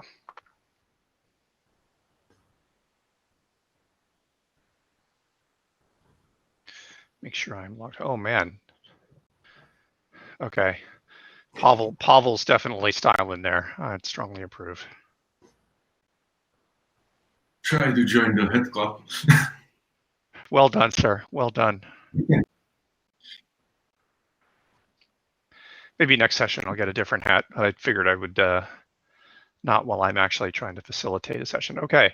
It is 10. I will give people another minute or two to get back to desks with tea and stuff before we start this next session. And yeah, Brian is still streaming, so the stream is going, which is good. Oh, I can't chat on the stream. Why can't I chat on the YouTube stream?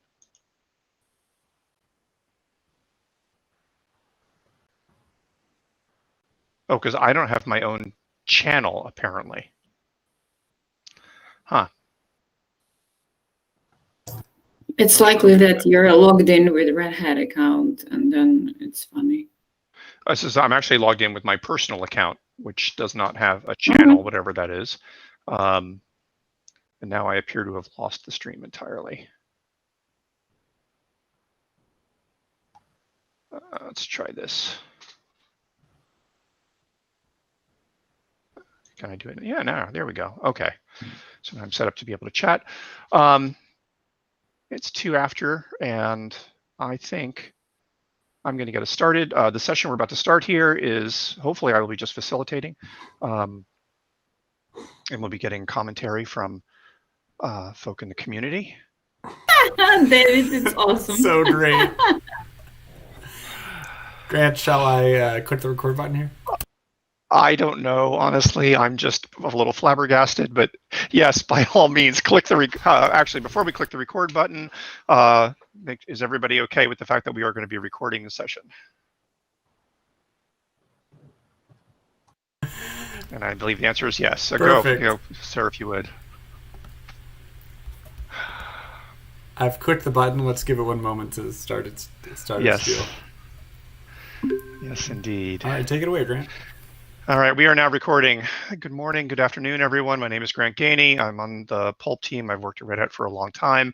And the session we're going to be doing today or this morning is on community use cases. And I'm hoping largely to be facilitating this. We're trying to gather information from our community that we might not already have. So I'm actually going to try and be quiet, which my coworkers know is a challenge. Let me see if I can share the document here. Let's try this. Community use cases. All right. I'm going to go look on the stream and see how that. I should be sharing at this point. Yes, I see it. Okay, there we go. Just trying to see how that looks on the screen to the stream to make sure it's not big enough. Hang on. And maybe take it out of edit mode. Or both mode. Yeah. I'm going to, we'll leave it in just display mode for the moment. I am going to be taking notes directly into the document, so I will probably switch it to edit mode and so that people can refer to it. Actually, hang on. I have an idea. My apologies for not thinking of this in advance. And if you're going to edit it, you also could consider perfect. just keeping it I have in. it. I have it in a separate tab so that I can edit it in one place and you all can look at it in the other place. All right. So welcome to the community use cases meeting. I'm going to go through a brief description of what we're trying to gain from this, and then hopefully turn it over to the folk that are listening. So as you all know, Pulp 3 was designed largely on top of our experience with running Pulp 2 for several different stakeholders. And a lot of what Pulp 3 does is very much informed by that experience. And what we would like over the course of this, this hour is to learn more about the experience of folk that aren't actively on the Pulp team about what Pulp 3 is doing for you, what Pulp team is doing to you, what you would like it to do, what's the most important thing that we could do to make your lives better. And to kind of focus that discussion, I've put together 4 questions that I would like to let anybody give an opportunity to answering for us. And those questions are, what is your problem that you're trying to solve? Give us a description of what your context is. Which plugins are you currently using to solve that problem? What does your workflow look like when that problem is being solved? What do you do to produce the content that you're producing, and how do you manage it? And if there was one thing that the Pulp team could do to make your life easier, let us know what that is. So those are the 4 questions. And what I'd like to do is just turn it over and say, who would like to take a stab at answering those questions? I will sit here and take notes.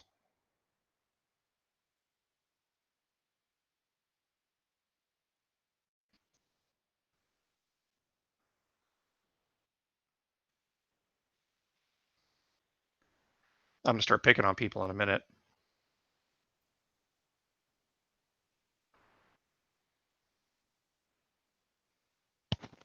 I suppose I can volunteer some information. All right. So we've been using Pulp 2 to manage all of our internal and external repositories.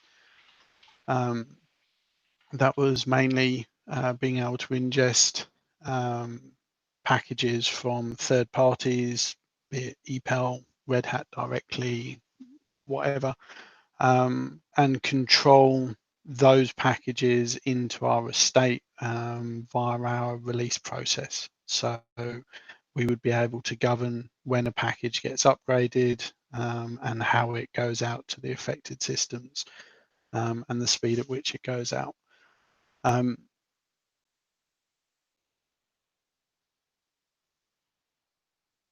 With regards to the workflow, I suppose there's 2 examples. One is where we're mirroring an upstream location or data source. We have a notional dirty repo, which is a verbatim copy of the public repo. And then we have a notional trunk repository, and packages make their way into trunk by us explicitly choosing which packages we want to promote. This can either be based on security and bug errata, based on a specific request by an internal user wanting a package upgrade.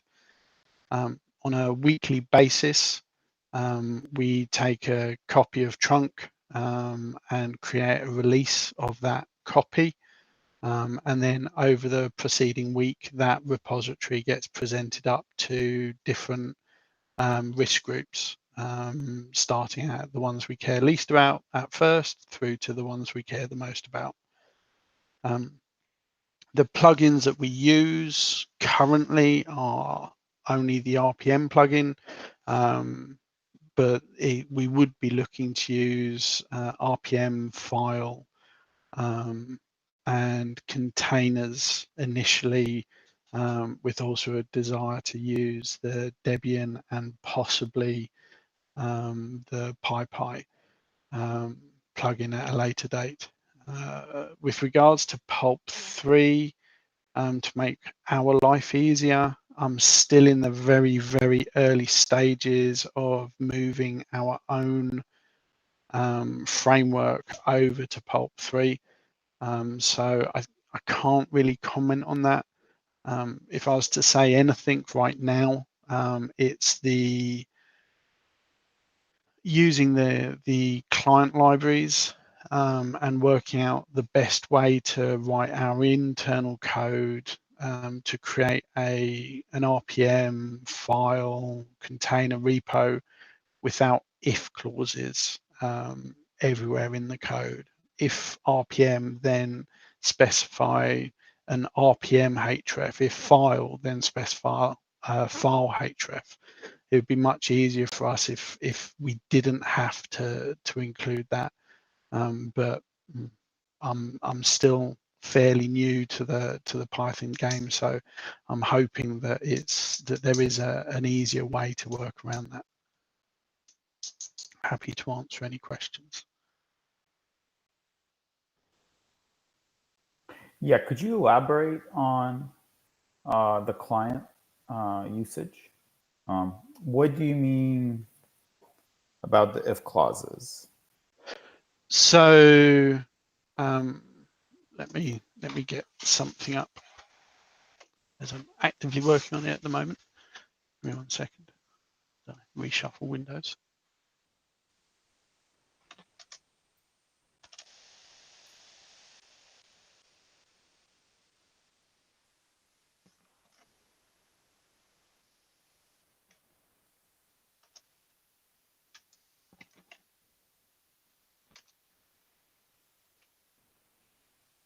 So at the moment, let's say I wanted to create a publication. At least the way I'm doing it at the moment, I have to reference RPM publication with a particular. Pardon? I'm sorry. Yeah, sorry. You have to reference the publication with a particular what?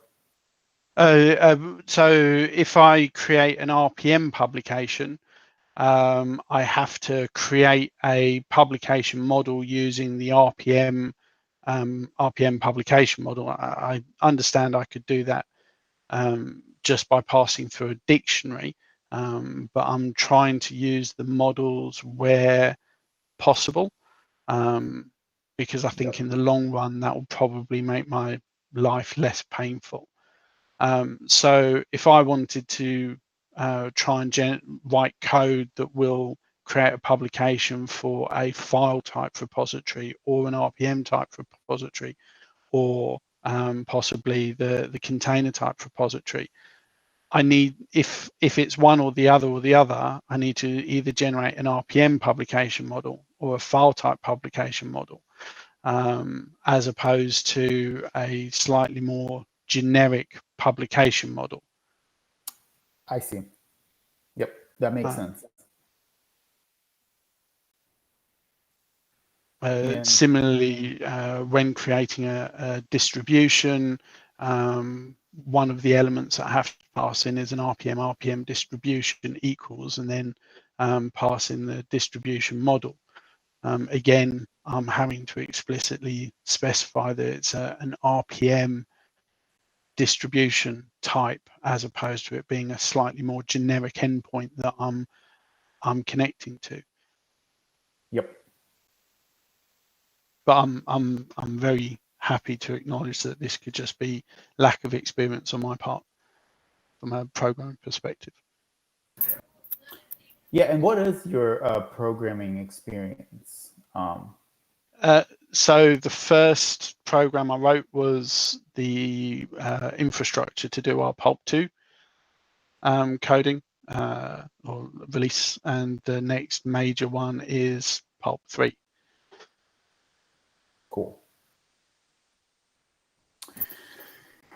I can give you a little bit of advice because we've implemented sort of the same thing on the Catello side using the bindings, and we used more of a class inheritance model where we sort of have we call them service classes, and so you instantiate a service class, and then you can call like, create remote or create distribution, and it knows what to do to create that. And so instead of checking inside the class, oh, is this file, is this RPM, you actually instantiate a different class. So we might instantiate our own like RPM service class, and then that responds to create publication or whatnot, and then it knows all of those details instead of having if else statements within all of those functions. And that was one of the things that I was considering, moving the abstraction away from a notional Pulp server class to a repo class, and then that would know whether it is what type of repo it is.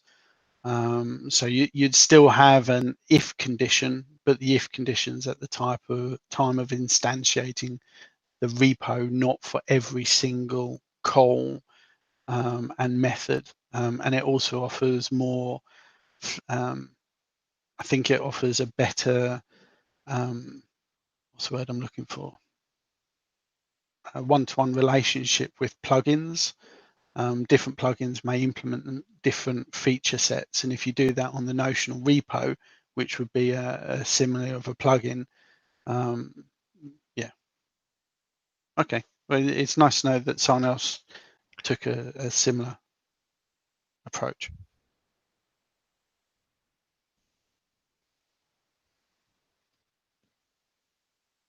That's a great exchange. Anybody else have any questions for Douglas? Yeah, just the last thing is something similar as we experience in the CLI writing as of today. So we want to have almost the same commands for every repository type in the end.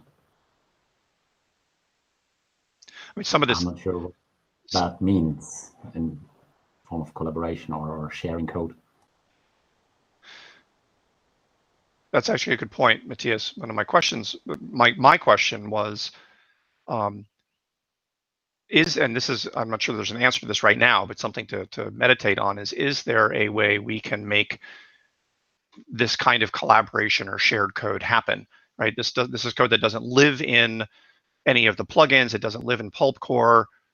Maybe it doesn't live in the documentation, but it would be really useful for, say, if Douglas were coming to this problem like next month, to be able to say, oh, look, here's a way that Catello has already solved this problem, and here's a way the CLI is already solving this problem. Can we think of a way to make that more accessible to people? Anybody have any ideas offhand, or just something for us to think about as we move forward here? I think the best thing for me to recognize here is just that there is value in that tooling.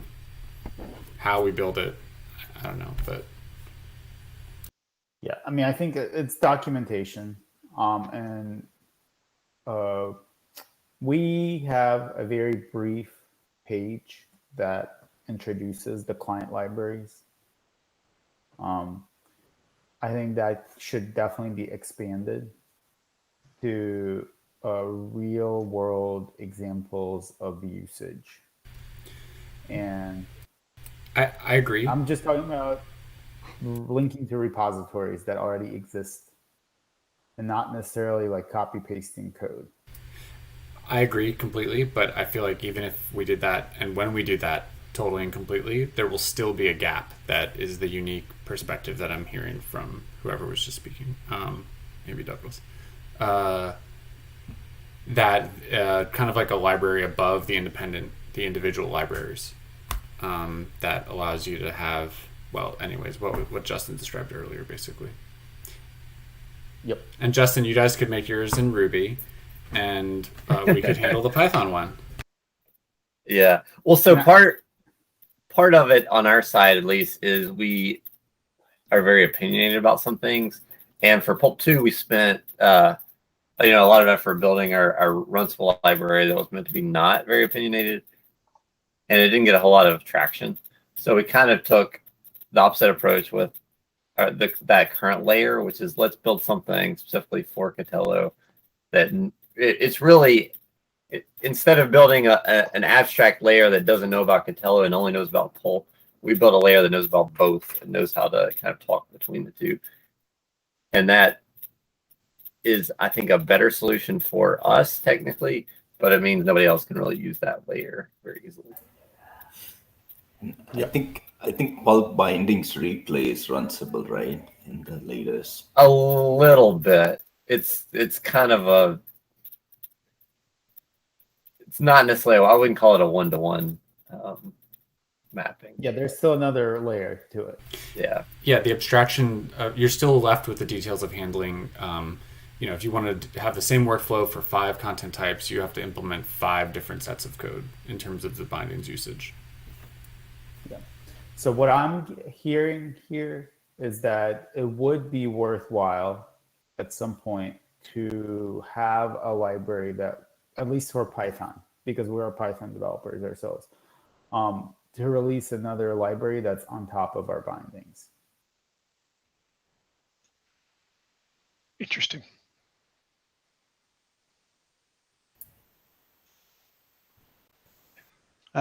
One other use case that I might mention, because I know that I've spoken to Dennis about, I think it was Dennis about this in the past, and that is with regards to, so we have the notion of 2 streams, the current release, which would be active in our primary environment, and then the new release, which is coming up through the lower tiers.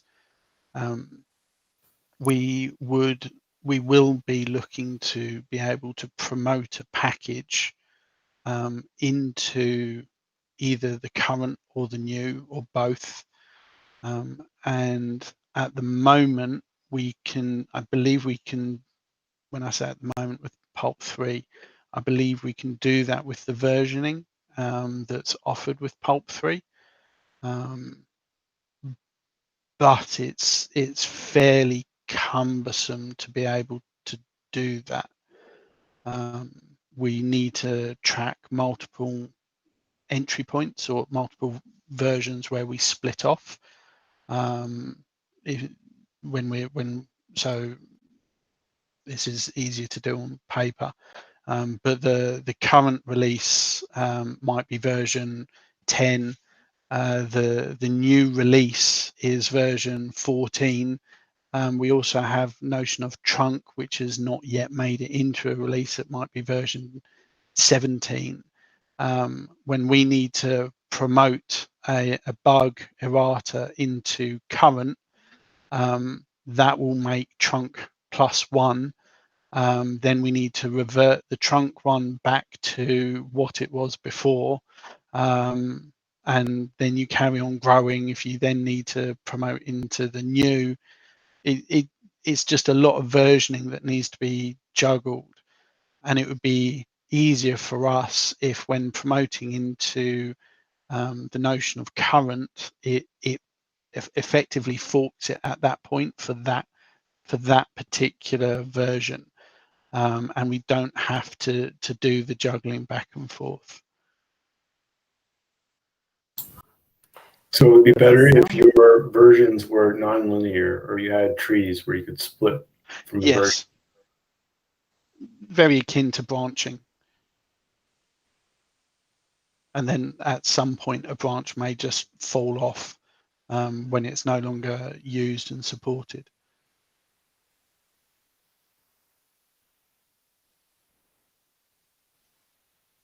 So that sounds to me like, Catello does a lot of that work, correct, Justin?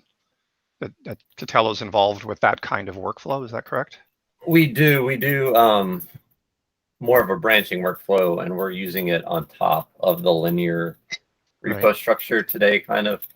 So it's, I think a while back we had talked about a branching structure and just the complexity of it within Pulp. There wasn't a clear benefit for the added complexity at that time.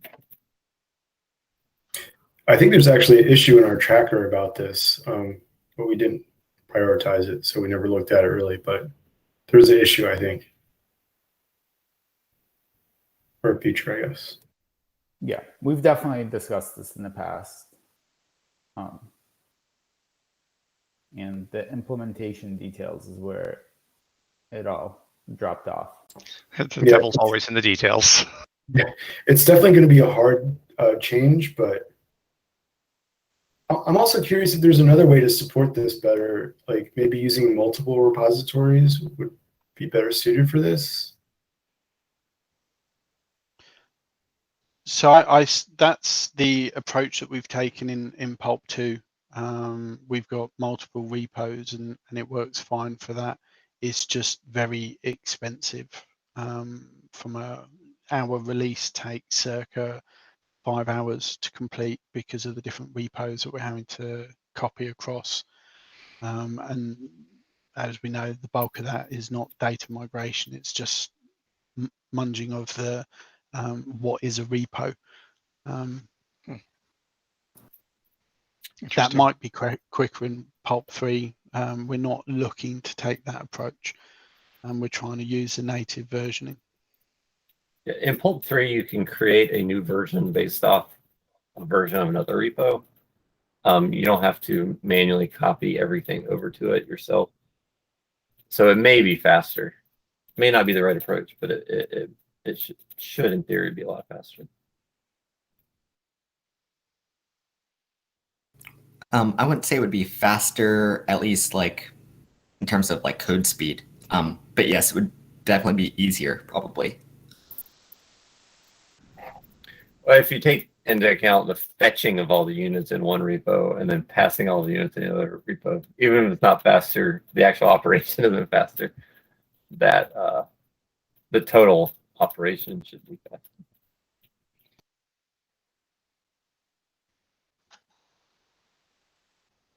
So in this scenario, each branch would be a different repository? Yes, that's what I'm hearing. And that we've seen this pattern in other places, specifically to address this exact issue. I have a dev set of repos that I'm doing really heavy active testing on. I have a QA set of repos, that's my automated testing, and then I have the release repos. And I move content, I promote content from one to the other. And as long as everything is moving through my normal release cycle, then the linear versioning works. It's Douglas's first scenario, right? Dev is 17 and QA is 14 and release is 10. And then there's a Sev1 CVE released, and it just got announced, and we have to get it onto all of our systems by midnight tonight or we're all fired. And that has to go like directly through the process, or even skip directly to release and become available as fast as possible. It's a very, very real world use case. And the question in my head, and I don't think this is an answerable here one, is Pulp. One of the things that we've done in Pulp 3 is try and focus Pulp more on a specific job. Like Pulp 3, for example, doesn't know about the clients that are subscribed to things. Pulp 3 doesn't care about applicability because its job is to manage the content and only manage the content. And whether this workflow belongs in Pulp 3 or whether it's built on top of Pulp 3 is a question to think about. I don't have an answer to it, but the thing about microservices is you want to do one little thing and then associate bunches of them to get larger, more complicated activities. I think I think this struggle is that, in the automation you build up the promotion process, and it's promoting this repository trunk to staging to prod, and Pulp 3 is not a microservice. The thing is that you spend all this time making that automation, and I feel like you need a second workflow on top of it. And I think the challenge is that you want to make sure that these two workflows work together so that you don't have to so that they don't interfere with each other and create extra work. So what you could do, maybe, if I'm understanding this right, is if you have this particular package that needs to be promoted, and it needs to be promoted quickly, the problem is that you can't just add it into trunk and use the normal workflow, because now you're promoting a whole bunch of things through all the environments. So what you might do is add this kind of a promotion, like the quick promotion process would be take the one package, put it into trunk, put it into staging, and put it into prod. And maybe that sounds overly simplistic, but it's the placing of a single package being the promotion event. Or maybe you're putting it into trunk and staging, and you're actually promoting all of staging to production. I'm not sure if you want the full package set there or not, but in the event that you don't, perhaps you need to, perhaps maybe the crux of the issue, now that I'm even talking about it, is that you want to test your staging environment, and you want to test all the exact packages in staging. And so you have to take your staging environment back. And I guess this is where we get into the branching once more. But But if you did just bring your staging environment back to an exact mirror copy of what your production environment is, add in the one package, the normal promotion workflow would effectively reset the pipeline back to what it's supposed to be. So maybe it's not so bad. Part of the difference between Pulp 2 and Pulp 3 is the ability to reset back into a particular point in time, and I think this is one of the main meaningful differences between Pulp 2 is that going back to what you had before was especially difficult in Pulp 2. And I may not have been so certainly discussing this previously. I know that I can do that, so I would effectively, let's say I needed to promote a particular CVE, and it needed to go, we didn't care about testing it, it just needed to go out. We can reset the repository to the version associated with the current main release. We can put the package in and do a publication and update the distribution. Then we reset the version to the new release, do the same again, and then reset the version to notional trunk, and then carry on as if nothing had happened. My only concern is that's an awful lot of versions that you're bouncing back and forth between, and it's quite a lot of logic. One of the reasons why we would rather not go down the route of spinning up multiple repos is it allows us to keep what's been going on in a single place. So if we need to go back in time and look to see what's been happening, what's been added and removed, we can use Pulp's native versioning for that. If we start spinning up other repos, then we'd need to start knowing which repo was relevant for which release. It's relatively easy to do.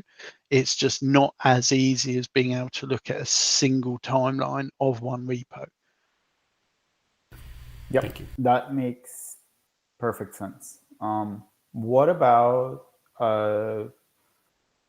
we have a feature planned, I don't know for when, but adding tags and being able to basically tag different repositories, different remotes, and group them basically by those tags. And then you would be able to have different repositories that represent those different environments, and have them be actually tagged and grouped together so you can easily know which ones go together.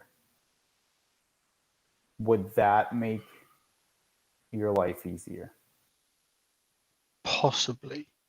I think I'd need to be a bit more familiar to be able to say yay or nay. We've got a fairly extensive SALT configuration that deals with association of repositories to hosts. So I'm not sure that would be valuable, but it may be very useful when it comes to us notionally cutting a release. Which versions of which repositories were associated with that release. That would be exceptionally helpful, because at the moment we're looking at possibly having an additional Postgres table that deals with what is a release, what is that release, which version. So if I need to merge in a fix CVE to a repo, okay, well, which version do I need to merge it into? And by the sounds of it, the tag may address that. If I just need to associate a release with a tag and then I can see everything associated with that tag, it would probably be helpful. Yes. That's very cool. Douglas, we may be leaning on you as we start implementing the tagging feature to have you vet things like the use cases and feature list. I do hop on to IRC, and I think it may be Tatiana, possibly based on the name, that keeps on suggesting I should subscribe to the mailing list, and I probably should. Yes, please. Also, for you may not realize this, what we all have all realized is that when Tanya makes a suggestion, what that means is, no, really, go do that right now. Yes. Listen, this has been great, and I really appreciate the feedback. We have 15 minutes. I would like to at least open the floor and see, is there someone else who would like to answer some of these questions for us? Wibbit has done a great job describing his particular scenario. Who else might want to take a stab at the 4 questions I have here?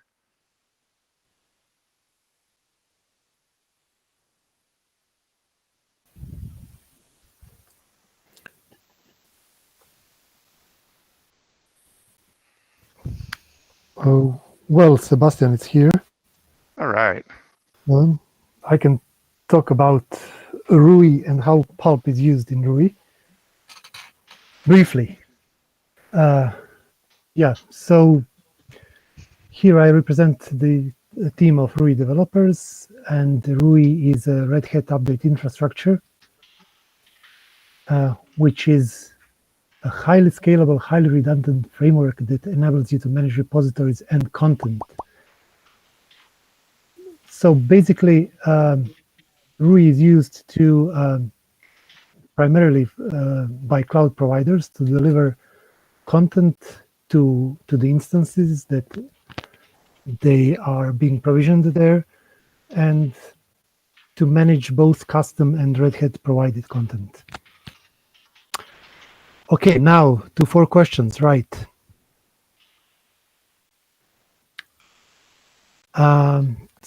Yeah, what plugins do we use? So right now, the current version of Rui, which is in production, is Rui 3, and that is based on Pulp 2. And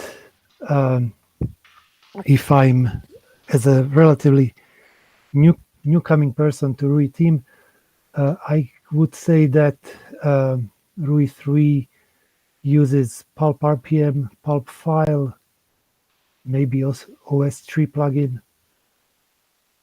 while currently Rui 4, which is in development and that is based on Pulp 3, currently uses Pulp RPM plugin. Okay, next question. Yeah, what one thing could Pulp 3 do to make your life easier? Well, I can think of several things, but I would say that currently the chaining of the syncing and publishing operations, and optionally distribution operation into a single operation, as far as a scheduled task is concerned, could make our life much easier.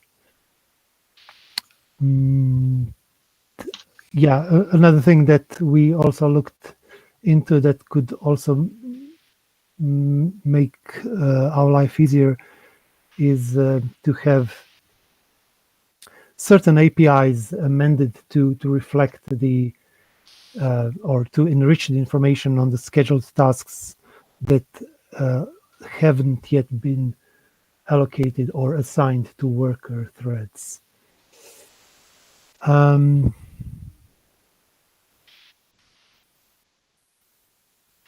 What else?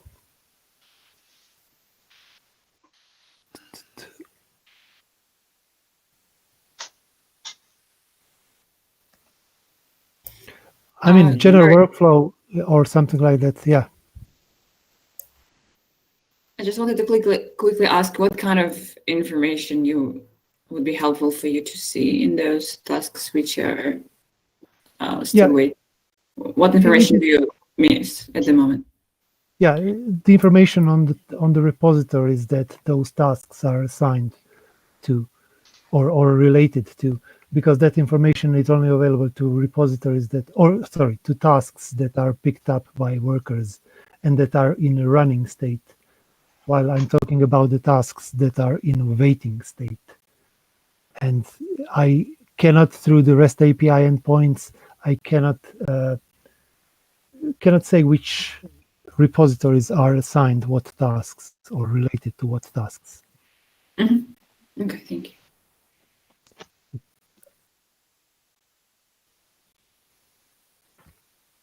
Sebastian, can I ask, and actually I'm going to go back to Douglas in a second too, so you might be able to answer the same question. When you're talking about Rui, what's the scale you operate in terms of, how many repos, for example, does a typical Rui instance deal with? And what's been your experience working at whatever scale that is? Okay, yeah. Martin, are you maybe present? I can answer that question. So in this moment, you need to differ two kinds of customers for Rui. One kind of customer, both of them are what we call cloud providers, but one, and there is more of them, is basically providing content for their internal clients. Those are big companies that have tens of thousands of machines, and internally they are running Rui so that they can sync the content on one place, and they don't need to sync from CDN, from outside internet. They usually run Rui in some kind of DMZs, and syncing from CDN to Rui all the Red Hat content and then providing it internally. And then there is a special kind of cloud providers, and those are the cloud providers that are real clouds: Amazon, Azure, Alibaba Cloud, Huawei Cloud, Google Cloud Engine. Those are providing the content for basically the external customers for them. But so those big ones, we are talking about 2,000 repos synced daily, twice a day. And for those small ones, usually it's really they pick only the repos they want. For example, they are currently running on RHEL 7, so they pick all the RHEL 7, possibly EUS, E4S versions. Some of them are doing like the freezing of the repos. They don't want to use satellites, so they basically take a repo, create a custom repo, and copy all the content from that repo into that custom repo and freeze it in time in that moment. And then when, for example, some CVE comes, some security bug, they just upload it directly to that custom repo. For that purpose, what we need is to be able to add a metadata per repo, the metadata that contains a GPG key for the files, because by default, when you create a custom repo, you upload there the RPMs and they can be signed by anything. But what we do in Rui is that we provide the possibility to basically say this is a Red Hat GPG key. All the files in this repo are signed by this key, even though it's not a mirror of CDN repo. It still contains all the all the RPMs that are Red Hat. So that's the metadata that's, I think, currently missing in Pulp 3 as a a general metadata field, a text field or something like that. So that's I think the most difficult task in Pulp 2 is administration of those thousands of repos. You are using Pulp admin and you are monitoring wait queues, running queues, waiting tasks, running tasks.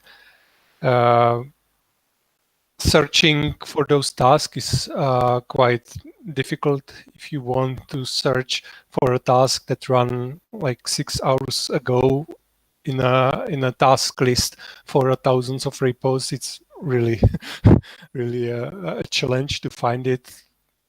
Not talking about finding it in MongoDB, is basically impossible for in this size. So yeah, but does it answer the question? Thousands. Like I think for those big cloud providers, we are talking about 3 to 4 terabytes of Red Hat content synced. Wow. Okay. Scale. Douglas, how does that match with what you're doing? What kind of scale in terms of number of repos are you typically dealing with in your environment?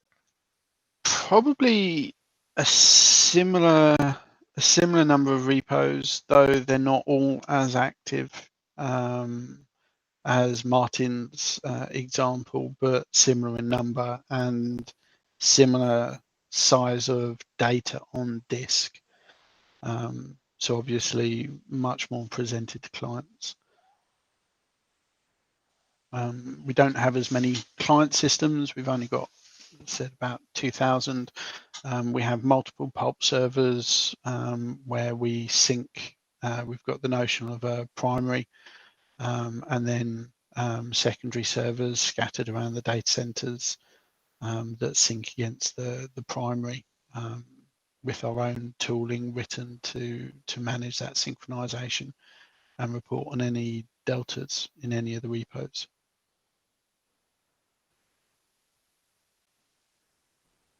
That's really interesting, especially the primary secondary approach is useful to me anyway. Nice. Questions, folks? We have 4 minutes. Yes, the chaining of commands like sync publish, would it help if that is done on the client side? If we like had a library that was able to start a sync task, wait for it to finish, and then do the publishing?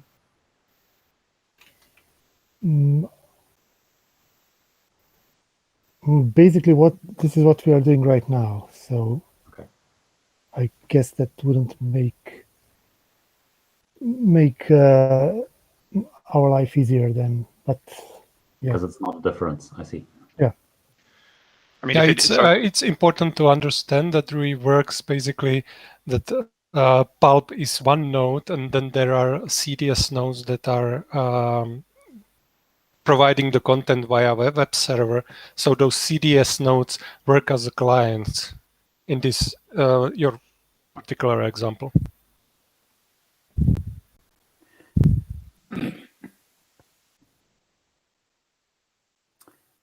Douglas, do you do any sort of backups of your Pulp servers? No. And she laughs. Yeah, yeah. We're all like, yeah.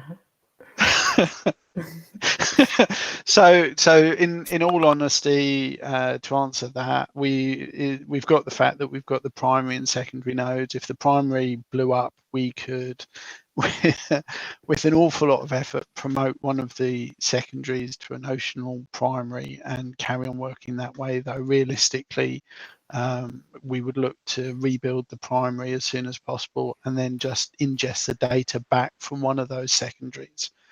They're in massively diverse locations, so the likelihood of us, unless it was a form of corruption, a very unusual form of corruption, the likelihood of it being a problem is minimal.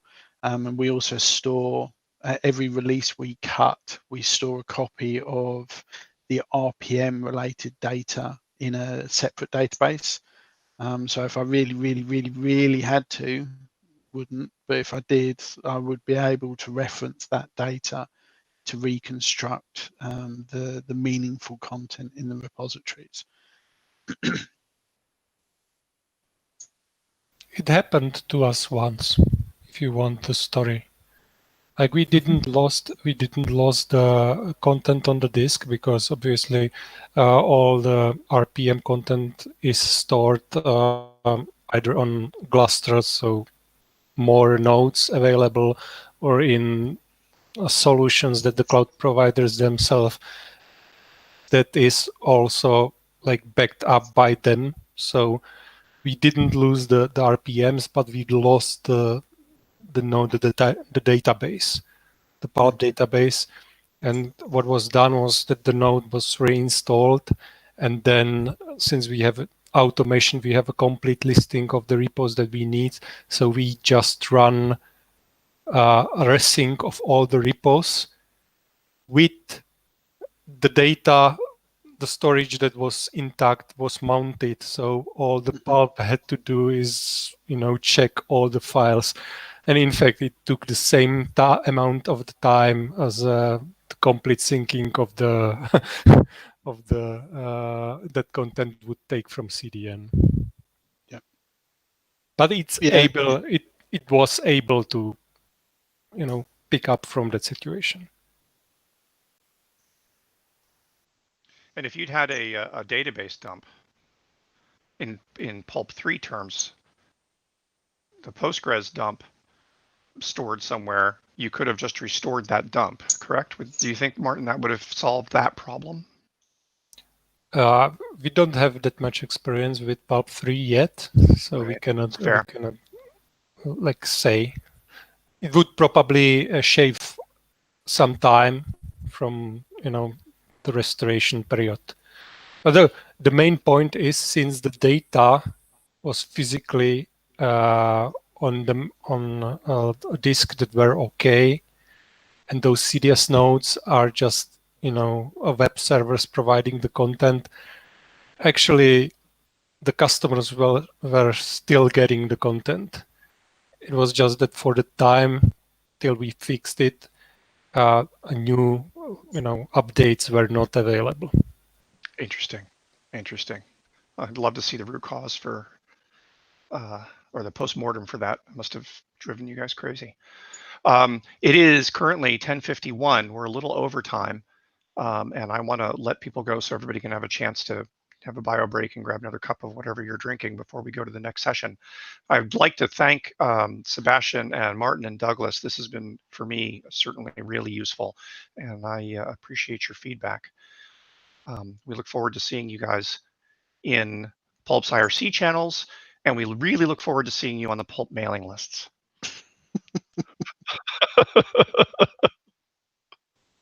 I'm going to stop recording.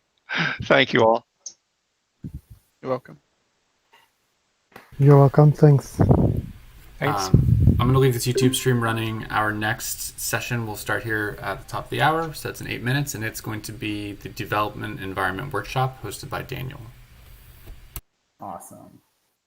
Yep. Can I try sharing my screen? Go for it, Daniel. I just stopped presenting. Or are we having? Is the same person doing most of the presenting, or should I try and share my screen? You should be sharing your screen, and if you want to try it, now is a fine time. Yep. Outstanding. Yeah. I'll be right back.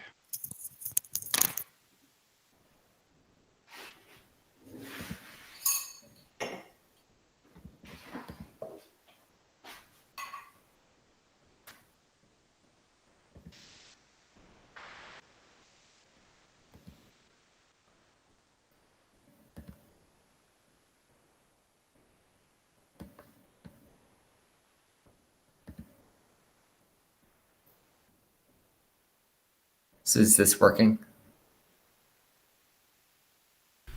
I don't see it. I don't see anything. Not like a black screen. I'm just not seeing anything. Let me see. Let me change my layout. I also don't see anything. Yeah, I mean, so not that even you started presenting. All right. Well, I'll just switch to Xorg. Okay. All right. That'll work.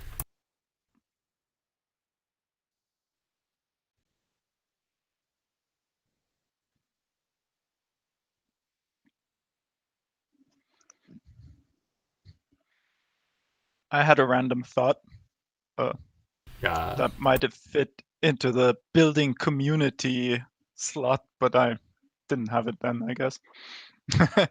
I think it would be like really great if you could find some like physicists or something to use Pulp, like think open data kind of people, or people with large amounts of weather data or something.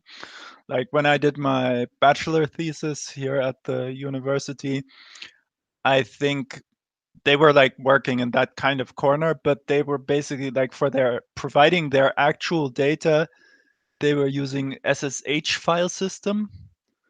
So like even just using Pulp file would have been a massive improvement on that in terms of like having an API and web interfaces and this, that, and the other over just like trying to run large simulations on data that you're getting over SSH file system.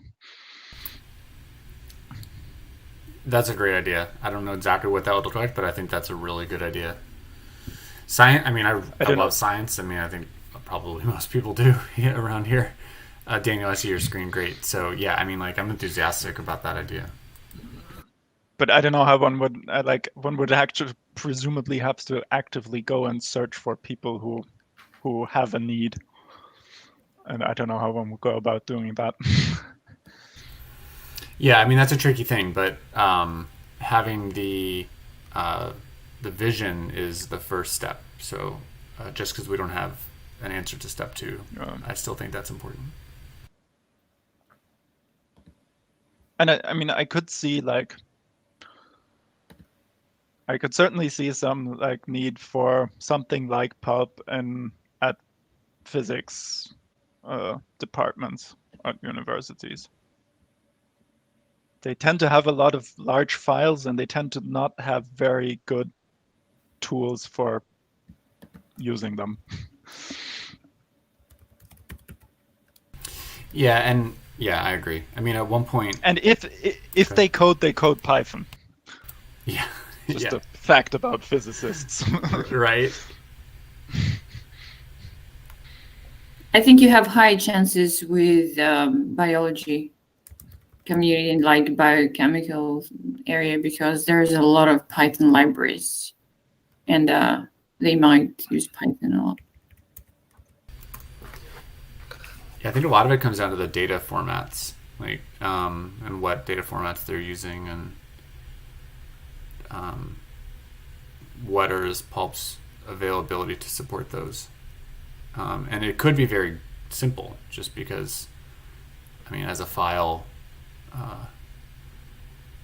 like the file plugin can get you pretty darn far in terms of long-term housing or distribution or site-to-site replication.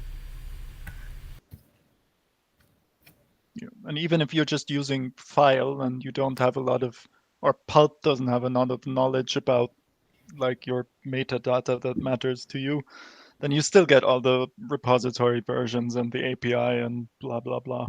Agreed. There's a lot of things you can do with that, even if you know, I mean, if you want to have special API calls for doing special things, then you need to write a plugin.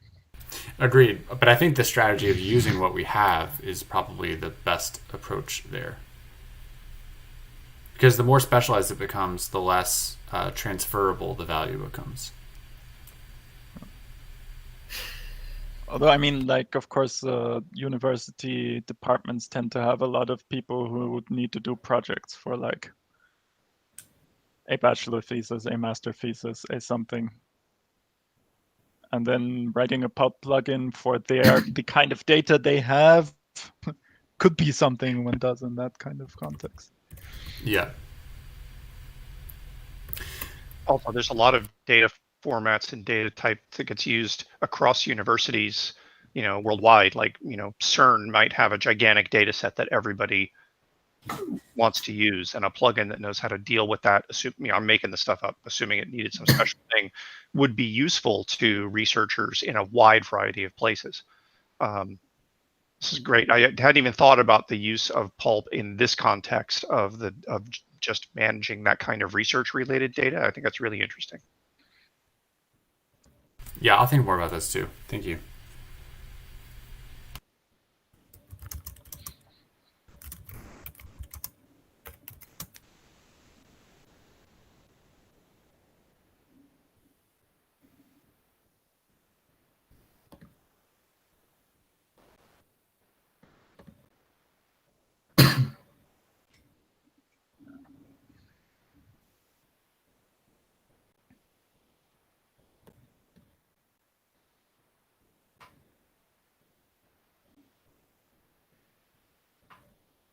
All right, it is 11 o'clock. Should we give people a little bit more time?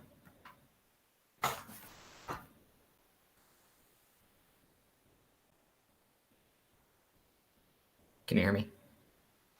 Yes, Daniel, I can hear you. I'm just checking to see how many people's cameras are turned on. That's what I've been using as a judge, whether we're ready to go or not.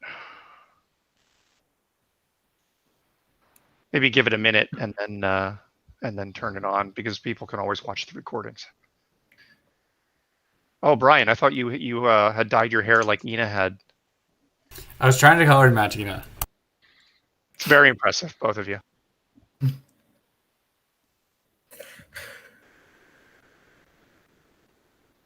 Brian, you look like Cookie Monster, just different color.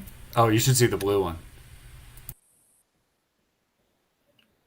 Is that the color of the Cookie Monster? Cookie. Yep. Yeah.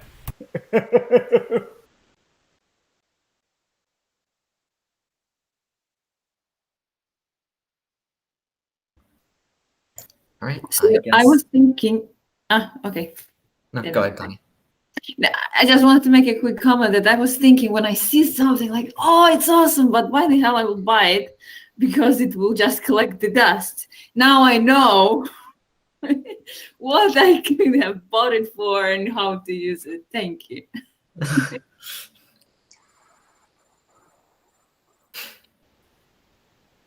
PulpCon 2021. PulpCon. Revenge of the Hats.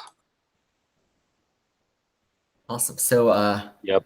I guess we should go ahead and get started. Hello, everyone. Should we? Let's start the recording here. Yeah. If I may.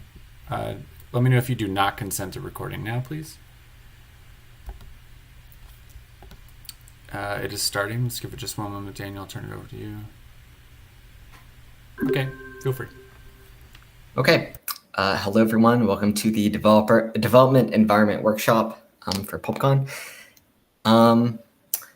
Yeah, so the first thing I just want to mention real quickly is that there's maybe a little bit of overlap between this topic and the installer topic and the community and state of plugins topic. And so I'll try and avoid overlapping with those too much. But I wanted to mention it. If I start straying too far into one of those topics, someone just prod me. Yeah. So, whoops.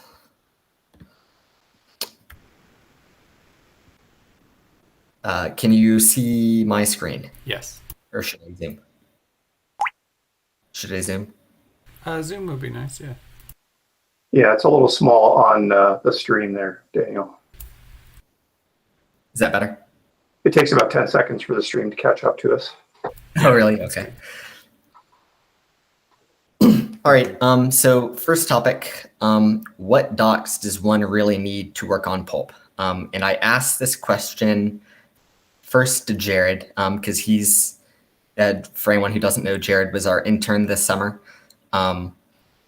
And since he is probably one of the freshest, the people with the most fresh experience with this, I figured it would be good to ask him. He had some really good answers and feedback on this. His answer was, I think the most important things from new contributors is knowing how to set up an easy dev environment, knowing where to make changes and knowing how to test those changes. Does anyone have anything to add to that? Or do you think that's not captured by that? Where would that information be presented? So the main place that would be presented, well, that'd be presented different places. So there's installation documents, or the contributing guide rather. See, this is actually the whole thing is we've got this information in multiple different places, kind of spread out. And I think it might be useful to talk about like having the entire process from start to finish. So my item here, I want to quickly step through the process of going through the docs, what the docs currently gives you to set up a development environment. And because I noticed some things. So this is the contributing section of our Pulp core docs. Should I zoom this too? You might not be able to see it. I don't think it's. Yeah, please. Let's zoom a little bit, yeah. There you go. So this is the contributing section of our Pulp core docs. And the developer setup section is pretty short. It has a link to PulpLift, but not really any more information than that. And of course, it tells you to get the source, and it tells you, read the instructions at readme.md. So if you go to the readme.md, you've got a couple of installation instructions here at the very top. But if you were to actually be like a developer that wants to, start developing on a plugin, you need some information from all the way down here at the bottom, which is how to edit these config files, config.yaml, to choose which plugins to install. And I think this is maybe a little bit out of order in that respect, the README.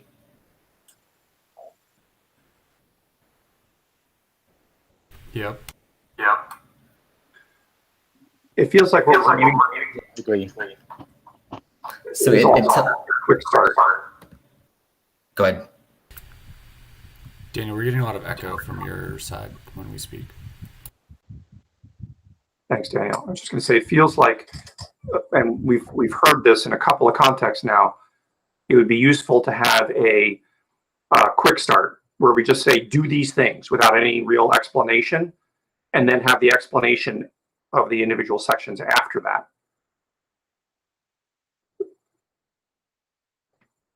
Yep.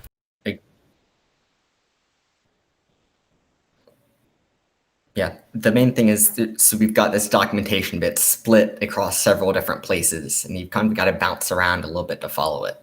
Mm-hmm. Right. I mean, even if we did that, it would still be, we'd still have to like write a bunch of different quick start instructions per distro, like the quick install, the quick start on a Fedora 32 or 31 Fedora host is different from on a CentOS 7 host, a CentOS 8 host, a Debian host, I think for most users, they probably just want to start developing, though, and they don't really care about what distro maybe. Yes, but they still have, our whole workflow is based on the assumption that they install PulpLift. We can recommend which distro they run in PulpLift, but how you install PulpLift varies from distro to distro. Oh yeah, sorry. Yeah, sorry, I understood what you're saying. Yeah, I agree. The SSHFS plugin is not universally available, for example, or via package, Mm-hmm. Well, this kind of goes back to what I heard earlier. I forget by who, but Pulp is we really have an emphasis on flexibility, but what would be helpful is have a recommended default. Right. I'm more than happy to recommend default, like, Pulp lift box, like make it CentOS 8 or Fedora 32. That's the easy part. It's just having quick install no matter what Linux distro they're running on their host. Well, the other half of it, as referenced in the comments that Jared gave here, are I have it up and running, and there's still things that would be nice to have in one place on regardless of how you set it up. How do I what are the tips and tricks section, I guess. I know when I started a year ago, the most helpful thing I had my first week was Dennis gave me his startup notes file, text file, which was nothing but that. It's just this long brain dump of stuff, and I use it on a regular basis and have it checked into my own Pulp startup repo, precisely for those kinds of questions. Yep, I agree with that. Mm-hmm. I also realized that I have misunderstood your point. I think similar to what David Davis had, Mike. And what I want to do is bring some feedback I'd heard from some other folks who work with the Galaxy team, Chris Hausnett particularly, which was that he was using a Mac, and our developer environment was not easy to use on a Mac because our image type that Vagrant uses is libvirt based, and so it would be helpful if our default was VirtualBox based, which isn't really the default in the Fedora ecosystem, however, is actually much more widely available with Vagrant. And since you have to have Vagrant, you're going to get that as a dependency immediately. And that's one thing that we're not doing quite as well in terms of our defaults, I think. Right. I think what's basically happened is, for like 75% of our boxes, it uses libvirt or Vagrant. It uses libvirt or VirtualBox. It just uses whatever you have. But for like 25%, like CentOS isn't publishing the boxes, that we have to manually create them, and that's where we start doing libvirt specific code. Yep, and just we'll get right back into Daniel's stuff. I'm sorry to take away from it, Daniel. My observation is, if we're recommending a default, let's pick one of the ones that has ubiquitous box availability. I agree. Yeah. Yeah, I mean, the other alternative is just to have maybe 3 quick start guides or 2 quick start guides, one for Mac, one for Linux. I mean, I think that would work well too if you have a page. I agree. Operating system we're using. You click it. Right, but it's just we need it per distro basically. The quick start of installing the installation of Vagrant with libvirt and all is distro specific. Do we have that now somehow? I mean, like, not really. We're very unprescriptive in this area from a copy paste perspective. We say you need Vagrant, and then we just point you at the Vagrant docs. Daniel, could you go to the Pulp lift README? We have the generic requirements, and then we have the quick install on Fedora. Right, like, I can't just literally translate that per distro because like the SSHFS plugin is often not a dev or RPM to be installed anywhere. You have to do like the whole Ruby dev setup, sometimes to install Vagrant SSHFS. Yeah, I think like just having the big ones might be nice, like Fedora, Debian, or Ubuntu, Mac. Yeah, like I could do as many quick starts as possible. It's just some are not going to be quick. Yeah, I mean, I wouldn't try to just support every OS. Like, I don't think that, like Windows, I wouldn't even maybe bother with that. But yeah, it's. I always find if you have a installation instruction that definitely works on some Linux distro, there's some responsibility for people using other distros to like look up what the equivalent package names are in their distro. You just can't write instructions for every distro out there or every package manager out there. And usually if you have some Linux experience and you have some experience with your distribution, you can figure out how to, like, you have well, here's how it works on this distribution for Vagrant, and then you can figure out how it works for your distribution if it's ever been going to work on your distribution. Yeah. And so I think that's reasonable. I mean, my biggest complaint here is that there's no step-by-step guide here. It's just a lot of information about like how you would go about setting up your development environment spread across several web pages. That's my big issue. Agreed. And no Mac instructions is my gap observation. Yeah, I it's will, like I will say on a lot of projects do have, you know, like quick install for Fedora, Debian, Ubuntu. Usually there's at least like maybe 3 distros. We don't have to go for like all of them, but usually a couple. right. It's just to be like the simple answer is like it's there's SSHFS version requirements, and some distros it just won't be quick. It'll be install Ruby dev environment, you know. Yep, and this is my question. Is the choice of SSHFS the best one for usability? So I just want to point out that the documentation was the main thing that I was planning to talk about at the installer section.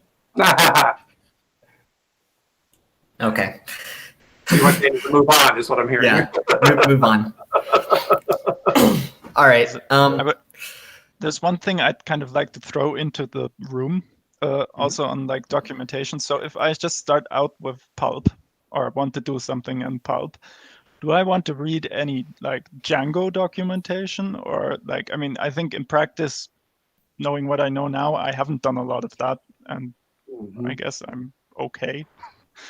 But like it's a question that might come up for people who start and maybe isn't really answered anywhere. Like, is there other things I need to look into other than just like Pulp docs? Well, I think it's okay to state that this project is based on Django and that you can expect the developer to look there for Django specifics. I think the highlight would be where the normal, you know, there's a lot of people that have done 50 Django projects, and that knowledge, there's stuff in Pulp where that's not going to apply. Where it's like using Dynaconf and the way the plugin discovery works, that stuff,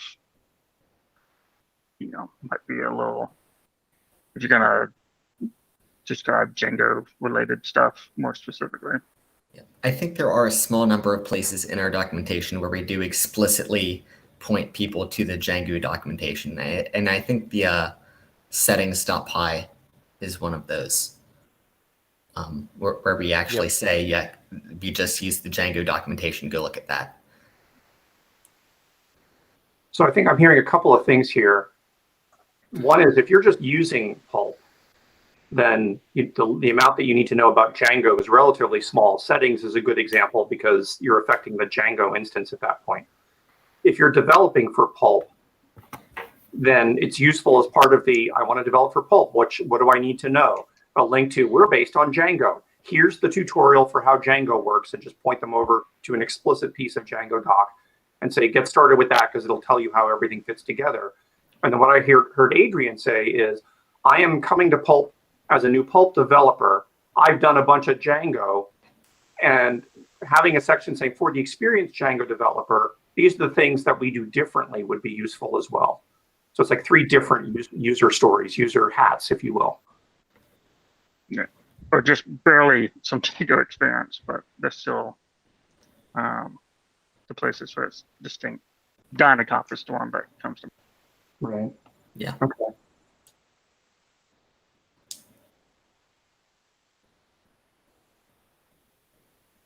So there's another item. So just moving on through. Unless does anyone have anything else to add to that topic? No. Okay. So one of the other things that Jared thought it might be useful to document is going back to the startup guide that Grant was talking about. I also have one of those. I think it's a very common thing on the team, and there's a lot of stuff in these startup guides, I'm guessing, that is not in our documentation, like adding port tunnels for like PyCharm remote debugging, or aliases, like knowing that p bindings exists, or p start, or p stop, or p status. And those are all really helpful bits of knowledge that aren't necessarily in our documentation. Agreed completely. Yep. Yeah, I believe we have one for PyCharm. Or maybe it was in Pulp 2 docs. But if we have it, definitely not in one place. Mm-hmm. Yeah, I've also noticed there's no documentation on how to run tests in your local environment. Yep. I think pretty much the only way you'd know to do that is to go look at the CI scripts. Yeah, and then Norway. Yep. Yep. That's really good feedback. We definitely need to make that very clear. Yeah, and on the same kind of note, Jared also pointed out, if you're making changes to Pulp, you need to restart everything. I mean, not necessarily everything, but realistically, if you're making some changes, you should restart everything. I'm not sure if that's documented. I think it might be, but I think it's also documented just using systemd commands, whereas we've got these aliases in our dev environment. Yep, the That make it alias. easier. Are we not documenting the aliases anywhere? I don't think we have documentation for aliases anywhere. I haven't seen it. Yeah, they're not recommended. There's some mention if you spin up the pulp lift box, like in the message of the day, once you SSH into it. I think mentions the p-help, and then p-help mentions all the other ones. Yep. And Adrian, isn't this something that we had talked about early on, or maybe I remember you talking about early on? Which program specifically? The unexpected and need to know knowledge around restarting tasks when developing tasking code. Yeah. I've definitely ran into that. I'm not sure if it's documented anywhere, but yeah, definitely. Yeah, it's an easy thing to stumble over, even if you forget and haven't worked on the task in a while. And yep. Okay, so does anyone know of any other little bits of information like this in the same kind of vein that that you'd see in like one of our startup guides, but not in our documentation? One other thing is perhaps a little bit more clarity around the way the reverse proxy system works. When you're developing, sometimes it's meaningful around your Apache and Nginx configuration versus the raw WSGI processes running on 24816 and 24817. And we don't really have that anywhere as far as I remember. As a developer, sometimes you want to make requests that bypass the reverse proxy. Sometimes you don't.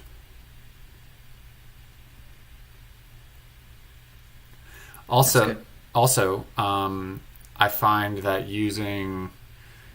being able to access your developer system from your host box is really useful. And we don't talk about that. And I use the Vagrant, I forget what it's called. It's a Vagrant plugin that does this. And then Matthias came along one day on a mailing list. Host Manager. I use Vagrant Host Manager. And Matthias came along and said this really much better way that seemed way better. And I didn't do it because mine was working. But regardless, being able to access the dev environment from your host box is a really great thing. I mean, by access, the network access, not the file system directly. Yes, that's smart. Yeah, that very helpful thing that you suggested that I did not try yet.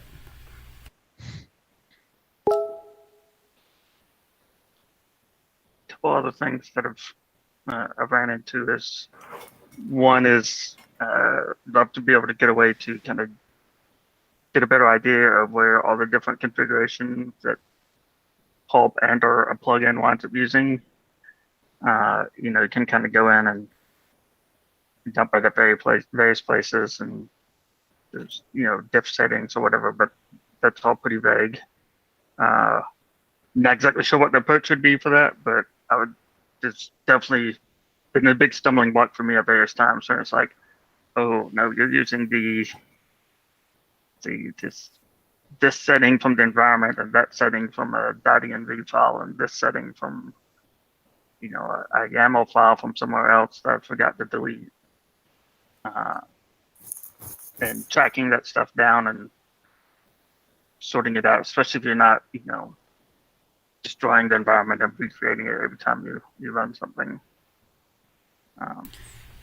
Yeah, one aspect, like you're saying, Adrian, I agree completely. One aspect is Dynaconf list, and maybe you said those words. Yes. But we don't tell anybody about Dynaconf list. It's not useful. Did you say it's not useful? It doesn't tell you the information as Pulp is using it. It tells you as the information as you ran Dynaconf list. Yeah. Yeah, I I think see. we need to provide very clear documentation on how to write Dynaconf, to run Dynaconf list as the application is running Dynaconf. Yeah, that sounds useful. Yeah. I've run into this problem myself, for sure. I mean, it's somewhat, I'm going to tell an embarrassing thing on myself. I've been working on Pulp for a year now. I didn't know until last week that Etsy Pulp settings.py existed. Yep. So when I wanted to set temporary settings, I was setting it in the one that's, you know, in the GitHub repository and then restarting everything. And so I have a ton of stashed in, you know, Git stashed of a copy of the settings.py with my particular settings in it because I'm dumb. And boy, did I feel ridiculous last week. And that's after a year of working on Pulp. You're not dumb, Grant. That is the problem. We don't have it documented. I agree. Right. And I do the same thing, especially if I'm doing, you know, I do crazy logging setups and stuff like that. And I wind up doing a lot of the same kind of things, especially with some of the Galaxy config that's in the same place and kind of not. Okay, I don't feel so The bad. other thing I would love to know is how to get debuggers on tasks in a way that's I've had no luck doing that.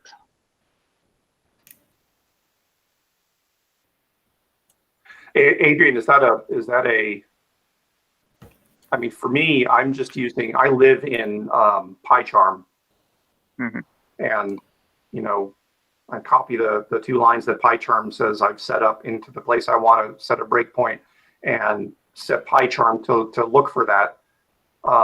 And then I run the application and PyCharm handles that connectivity for me. Or is it something? Yeah, that's fair. I mean, that's actually more of a Galaxy issue than a Pulp issue, to be fair, because we're running it in a different, more containers and this unicorn and yep. Yeah, it is simpler if you, yeah, that's fair. I mean, that would still be useful to have. And if, sorry, if you figure out a reliable way to do that, that would be like a great blog post, for example.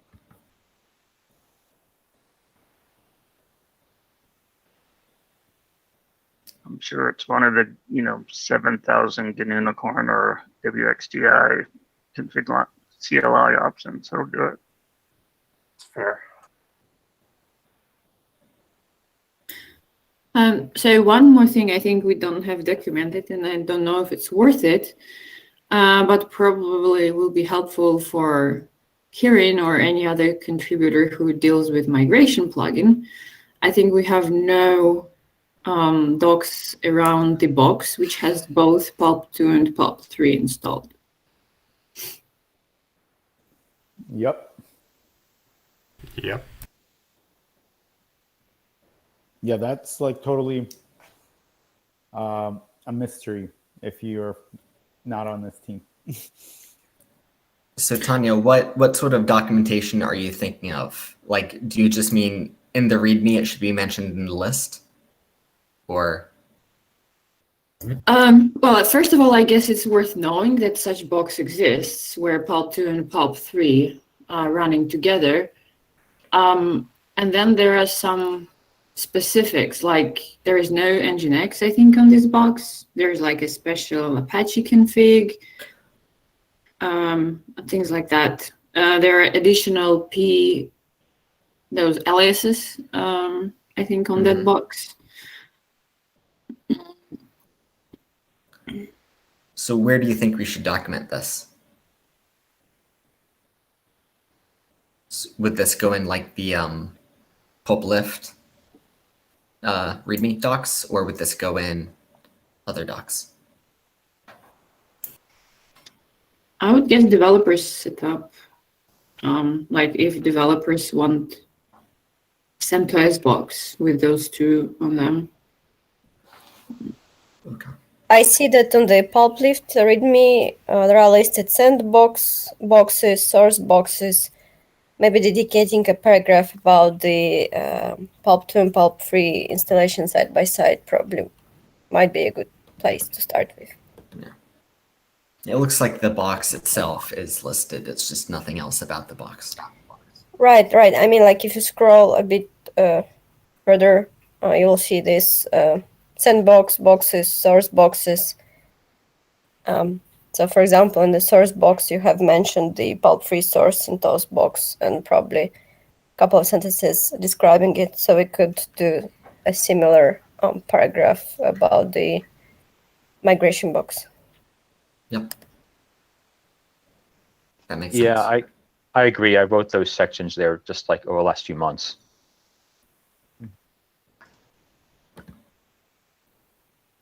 And I think there is a additional configuration that needs to be done on top of that box. And I actually think it's mentioned in the migration plugin docs.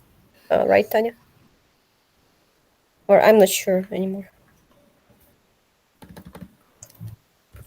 Yeah, I'm not sure either.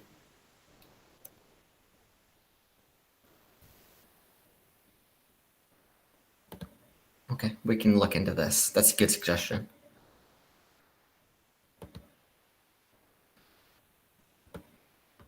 Great.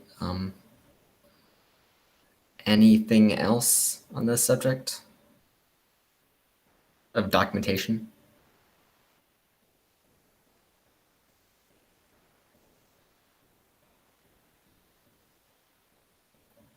Okay.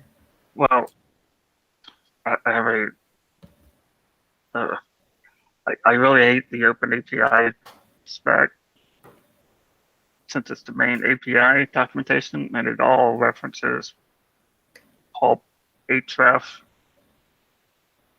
which I find incredibly frustrating because it doesn't tell me anything about the structures of the API I actually need to use. And if there's some ways to fix that, I would love to see included. So this is in the live API docs? Yeah, Yeah.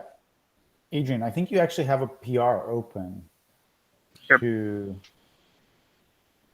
show a different version of it, right? Yeah, to kind of show the concrete URL. Yep. And yeah, I would like us to get that merged with just a little bit more documentation for the user so that the user knows that this page exists. I agree. I would forward to that. Yeah, I'll have plus one, just the general, having good examples in the live REST doc would be very helpful.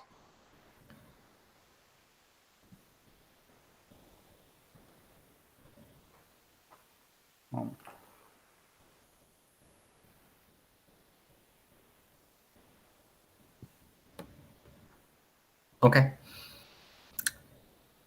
All right, so I guess moving on to the next section, unless anyone objects. I'd also like the internal API pulp doc, Python docs somewhere, since you do have to use those when you're writing plugins. Is that, you mean they disappeared at some point? The Python API? The plugin API. Yeah, the plugin. Yeah, so I think actually this got fixed recently, if I remember correctly. We now auto doc the whole plugin API. Okay. Okay. Yeah. But I agree with you, and if it's not that way, it needs to be that way. Yeah. Yeah, I think a lot of the plugin API is documented or auto documented now. Plugin API reference. Yeah, this area still needs cleaning up, but yeah, it is, I think. Yeah, there's an issue filed for cleaning this up too. I think Matthias or adding detail. Yep. Yeah, that is super important for a developer, being able to reference the plugin API and have actual clear descriptions of all the classes. I agree.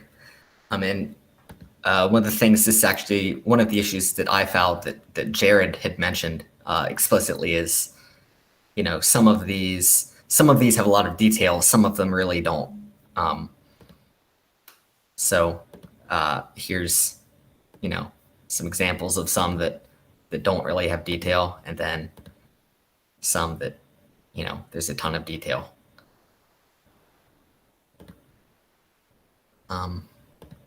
Agreed.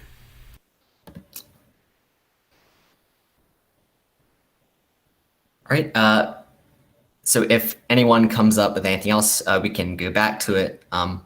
But otherwise, so there's a section here where we just want to talk about. So what are some coding tools that core Pulp developers use every day that increase your productivity, increase your productivity, and might be useful to other people. So I'll just do a very, very short demo. I don't know if anyone else is aware of the tool. Daniel, there we go. Thank you. Yeah, I know. I was the tool FZF, which is Fuzzy Finder.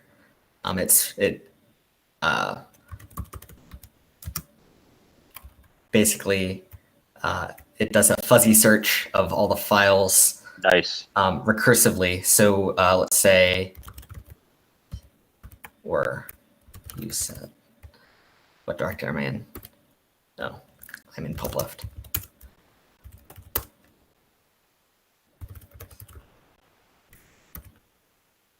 So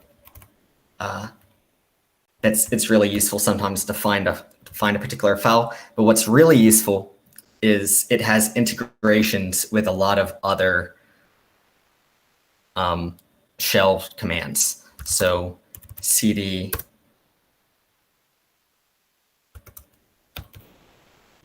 so you can cd into a view set into any directory with just tab complete. There's a special set of characters they'll send you into FCF integration. There's one for if you're aware of the Control R recent command history. FCF works on this. So vagrant, and it'll show you all the recent ones, and it does an actual search. So by default, it doesn't really give you a good search, but FCF gives you a really nice search. So it's super amazingly useful. There's also integration with the kill. Yeah, it's got integration for a bunch of things. If you look at the GitHub page, it has a lot of really nice examples. And there's some other tools kind of in the same vein. There's a tool called FD, which is just like find, like the shell util find. except it's got colored output. It ignores files in .getignore by default. It ignores dot prefix directories, whereas find doesn't ignore anything. So like .get, if you use find, it'll search inside .get directories, which is not great. Whereas FD, sorry, will not. And that's cool. There's a tool called ripgrep, which is basically the same thing, but for grep. So RG.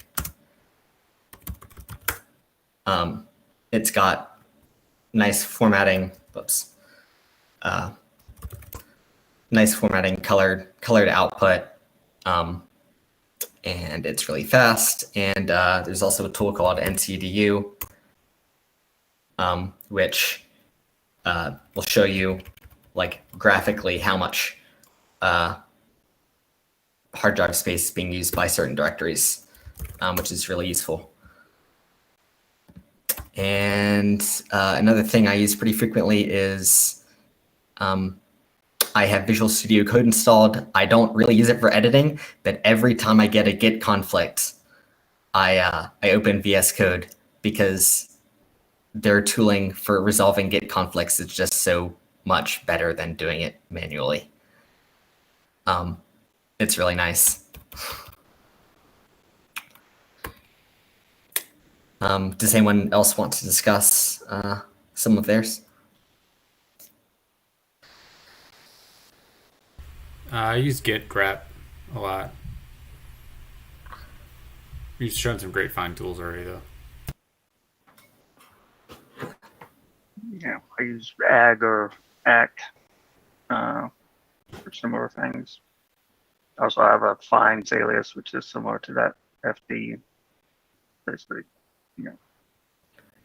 find with regex and ignore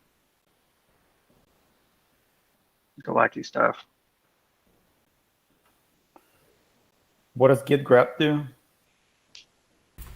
Git grep. Just grep the stuff that's committed to the, or the files that are added into the repo. Yeah, so it's basically like grep, only instead of it works with git. So git space grep, it's a command line built into git itself. Mm-hmm. Okay.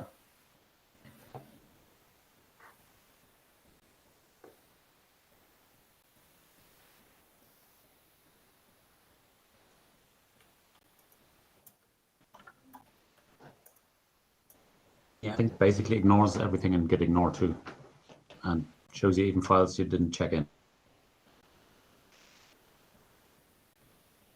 Awesome. I'm using a git merge tool sometimes, which is just a wrapper around other tools it comes from. And I like melt, for example, where you have a three-way diff. It shows you the version you want to merge, the version that is on master, and the last version they were together. And you can just take this from the left, take this from the right.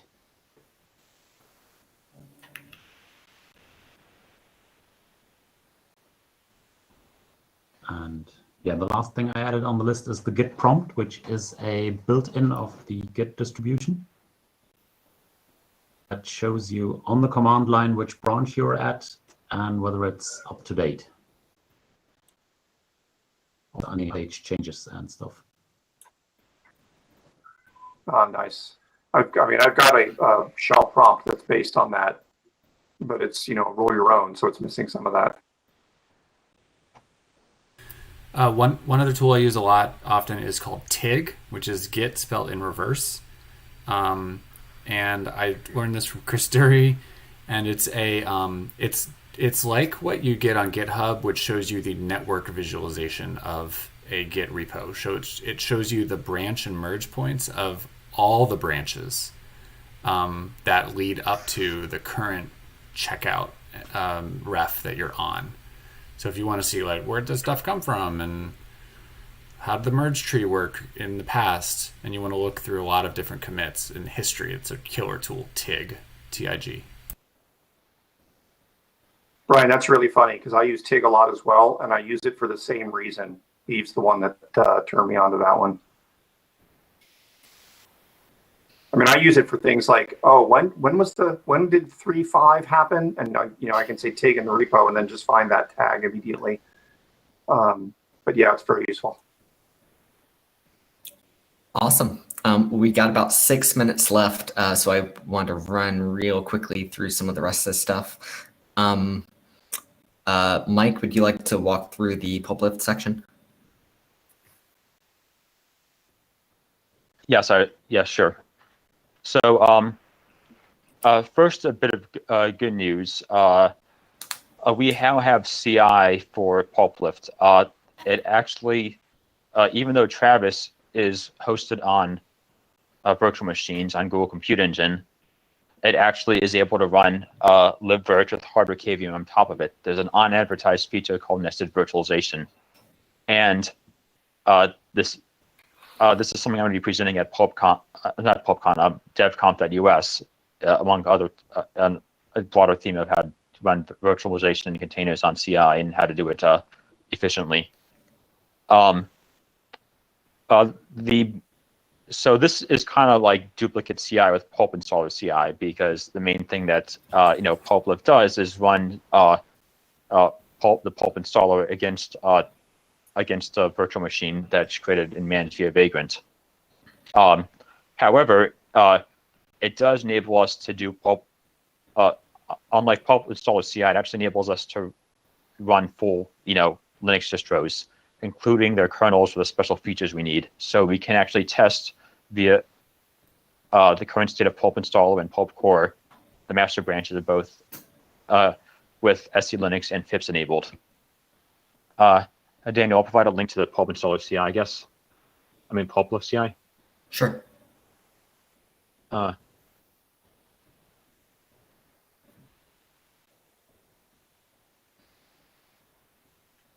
I'm going to check. I'm getting the Travis link.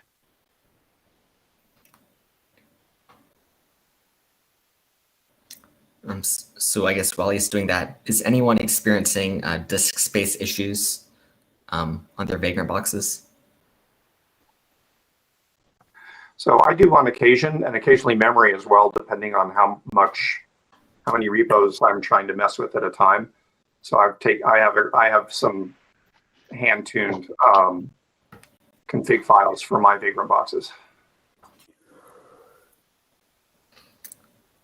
Yeah, that's what I've done also, is I've increased storage for my boxes. Yeah. Whenever I try to sync content from the CDN using the immediate policy. So is this something you guys are doing pretty often or always?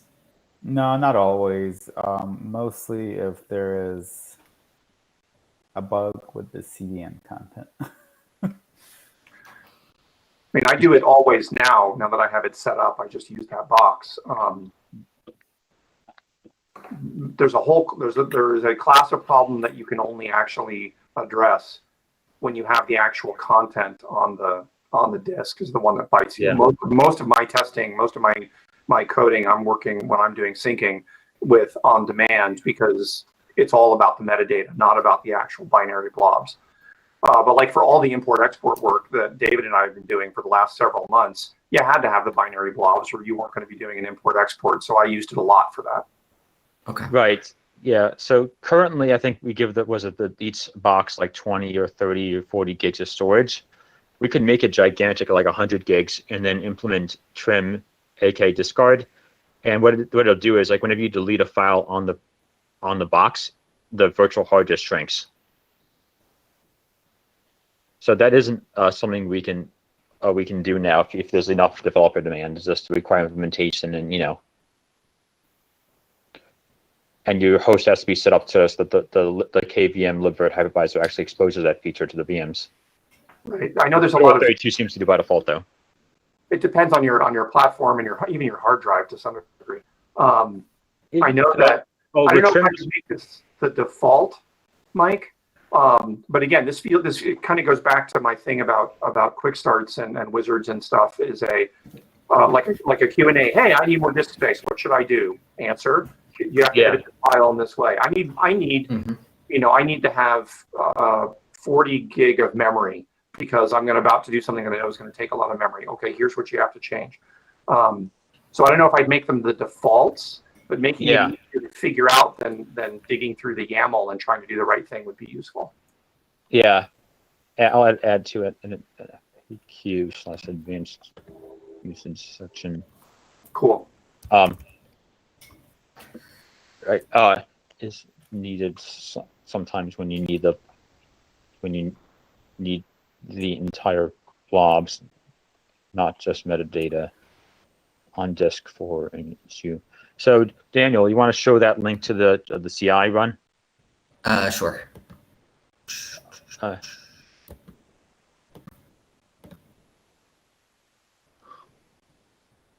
So this is what the Pulp CI looks like, and this is if you look at all the failures, and notice they're all on FIPS boxes, which basically means that it's discovering actual FIPS issues. Awesome. Yep. This is great. But yeah, SC Linux and FIPS are being tested there via those boxes. Or SC Linux can be tested. FIPS is being tested right now. This is great. Hey, we're at our time. Yeah. But I did want to ask the quick question about a Docker-based box, but we can take that one on the mailing list. Yeah, and because I think I've just been looking at some other projects, totally unrelated to Pulp, and there is a trend of providing dev environments that are container-based. Yeah, I agree. Dennis, to remind you, we have a slot to discuss various topics on Thursday. You might want to add this one to the list, maybe? Yes. If it's not a long discussion. No, it's not a long discussion. I think, yeah. I will definitely add that to the list.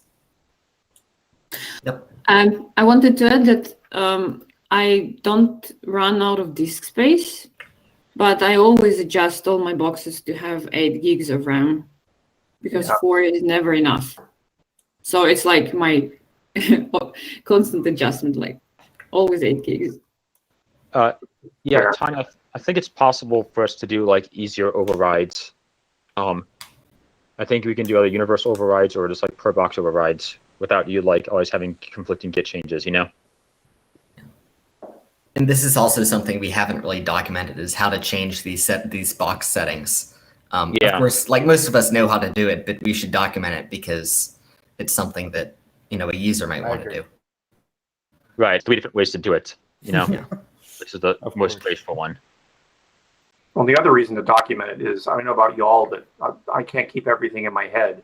And I'll figure out how to do it, and I'll do it. And then I won't need to change it, or I won't think about it again for 6 months, and then I have to go through the whole process all over again because I have no idea what I did last time. So having it written down would be useful. Yep. Yeah. All right. Well, we are 2 minutes over. Is there anything else that should go on the recording? No? Okay. Thank you for facilitating this discussion. No problem. Thank you. I've learned a whole bunch of new tools today. Yep. All right. See. Could someone? I can handle stopping the recording. Right, I just did. Perfect. Yeah, great. Sounds good. All these will be posted on the PulpCon, on the Pulp YouTube space, and PulpCon will begin tomorrow morning, again at 8 a.m. Eastern daytime, Eastern time. We'll just leave it at that. So thanks for everybody for leading the session today. Thanks for all the participation. It was great. Awesome. Thanks a lot, folks. It's a great day. See everybody online. Yeah. See you all. Thank you. Bye-bye. Bye-bye.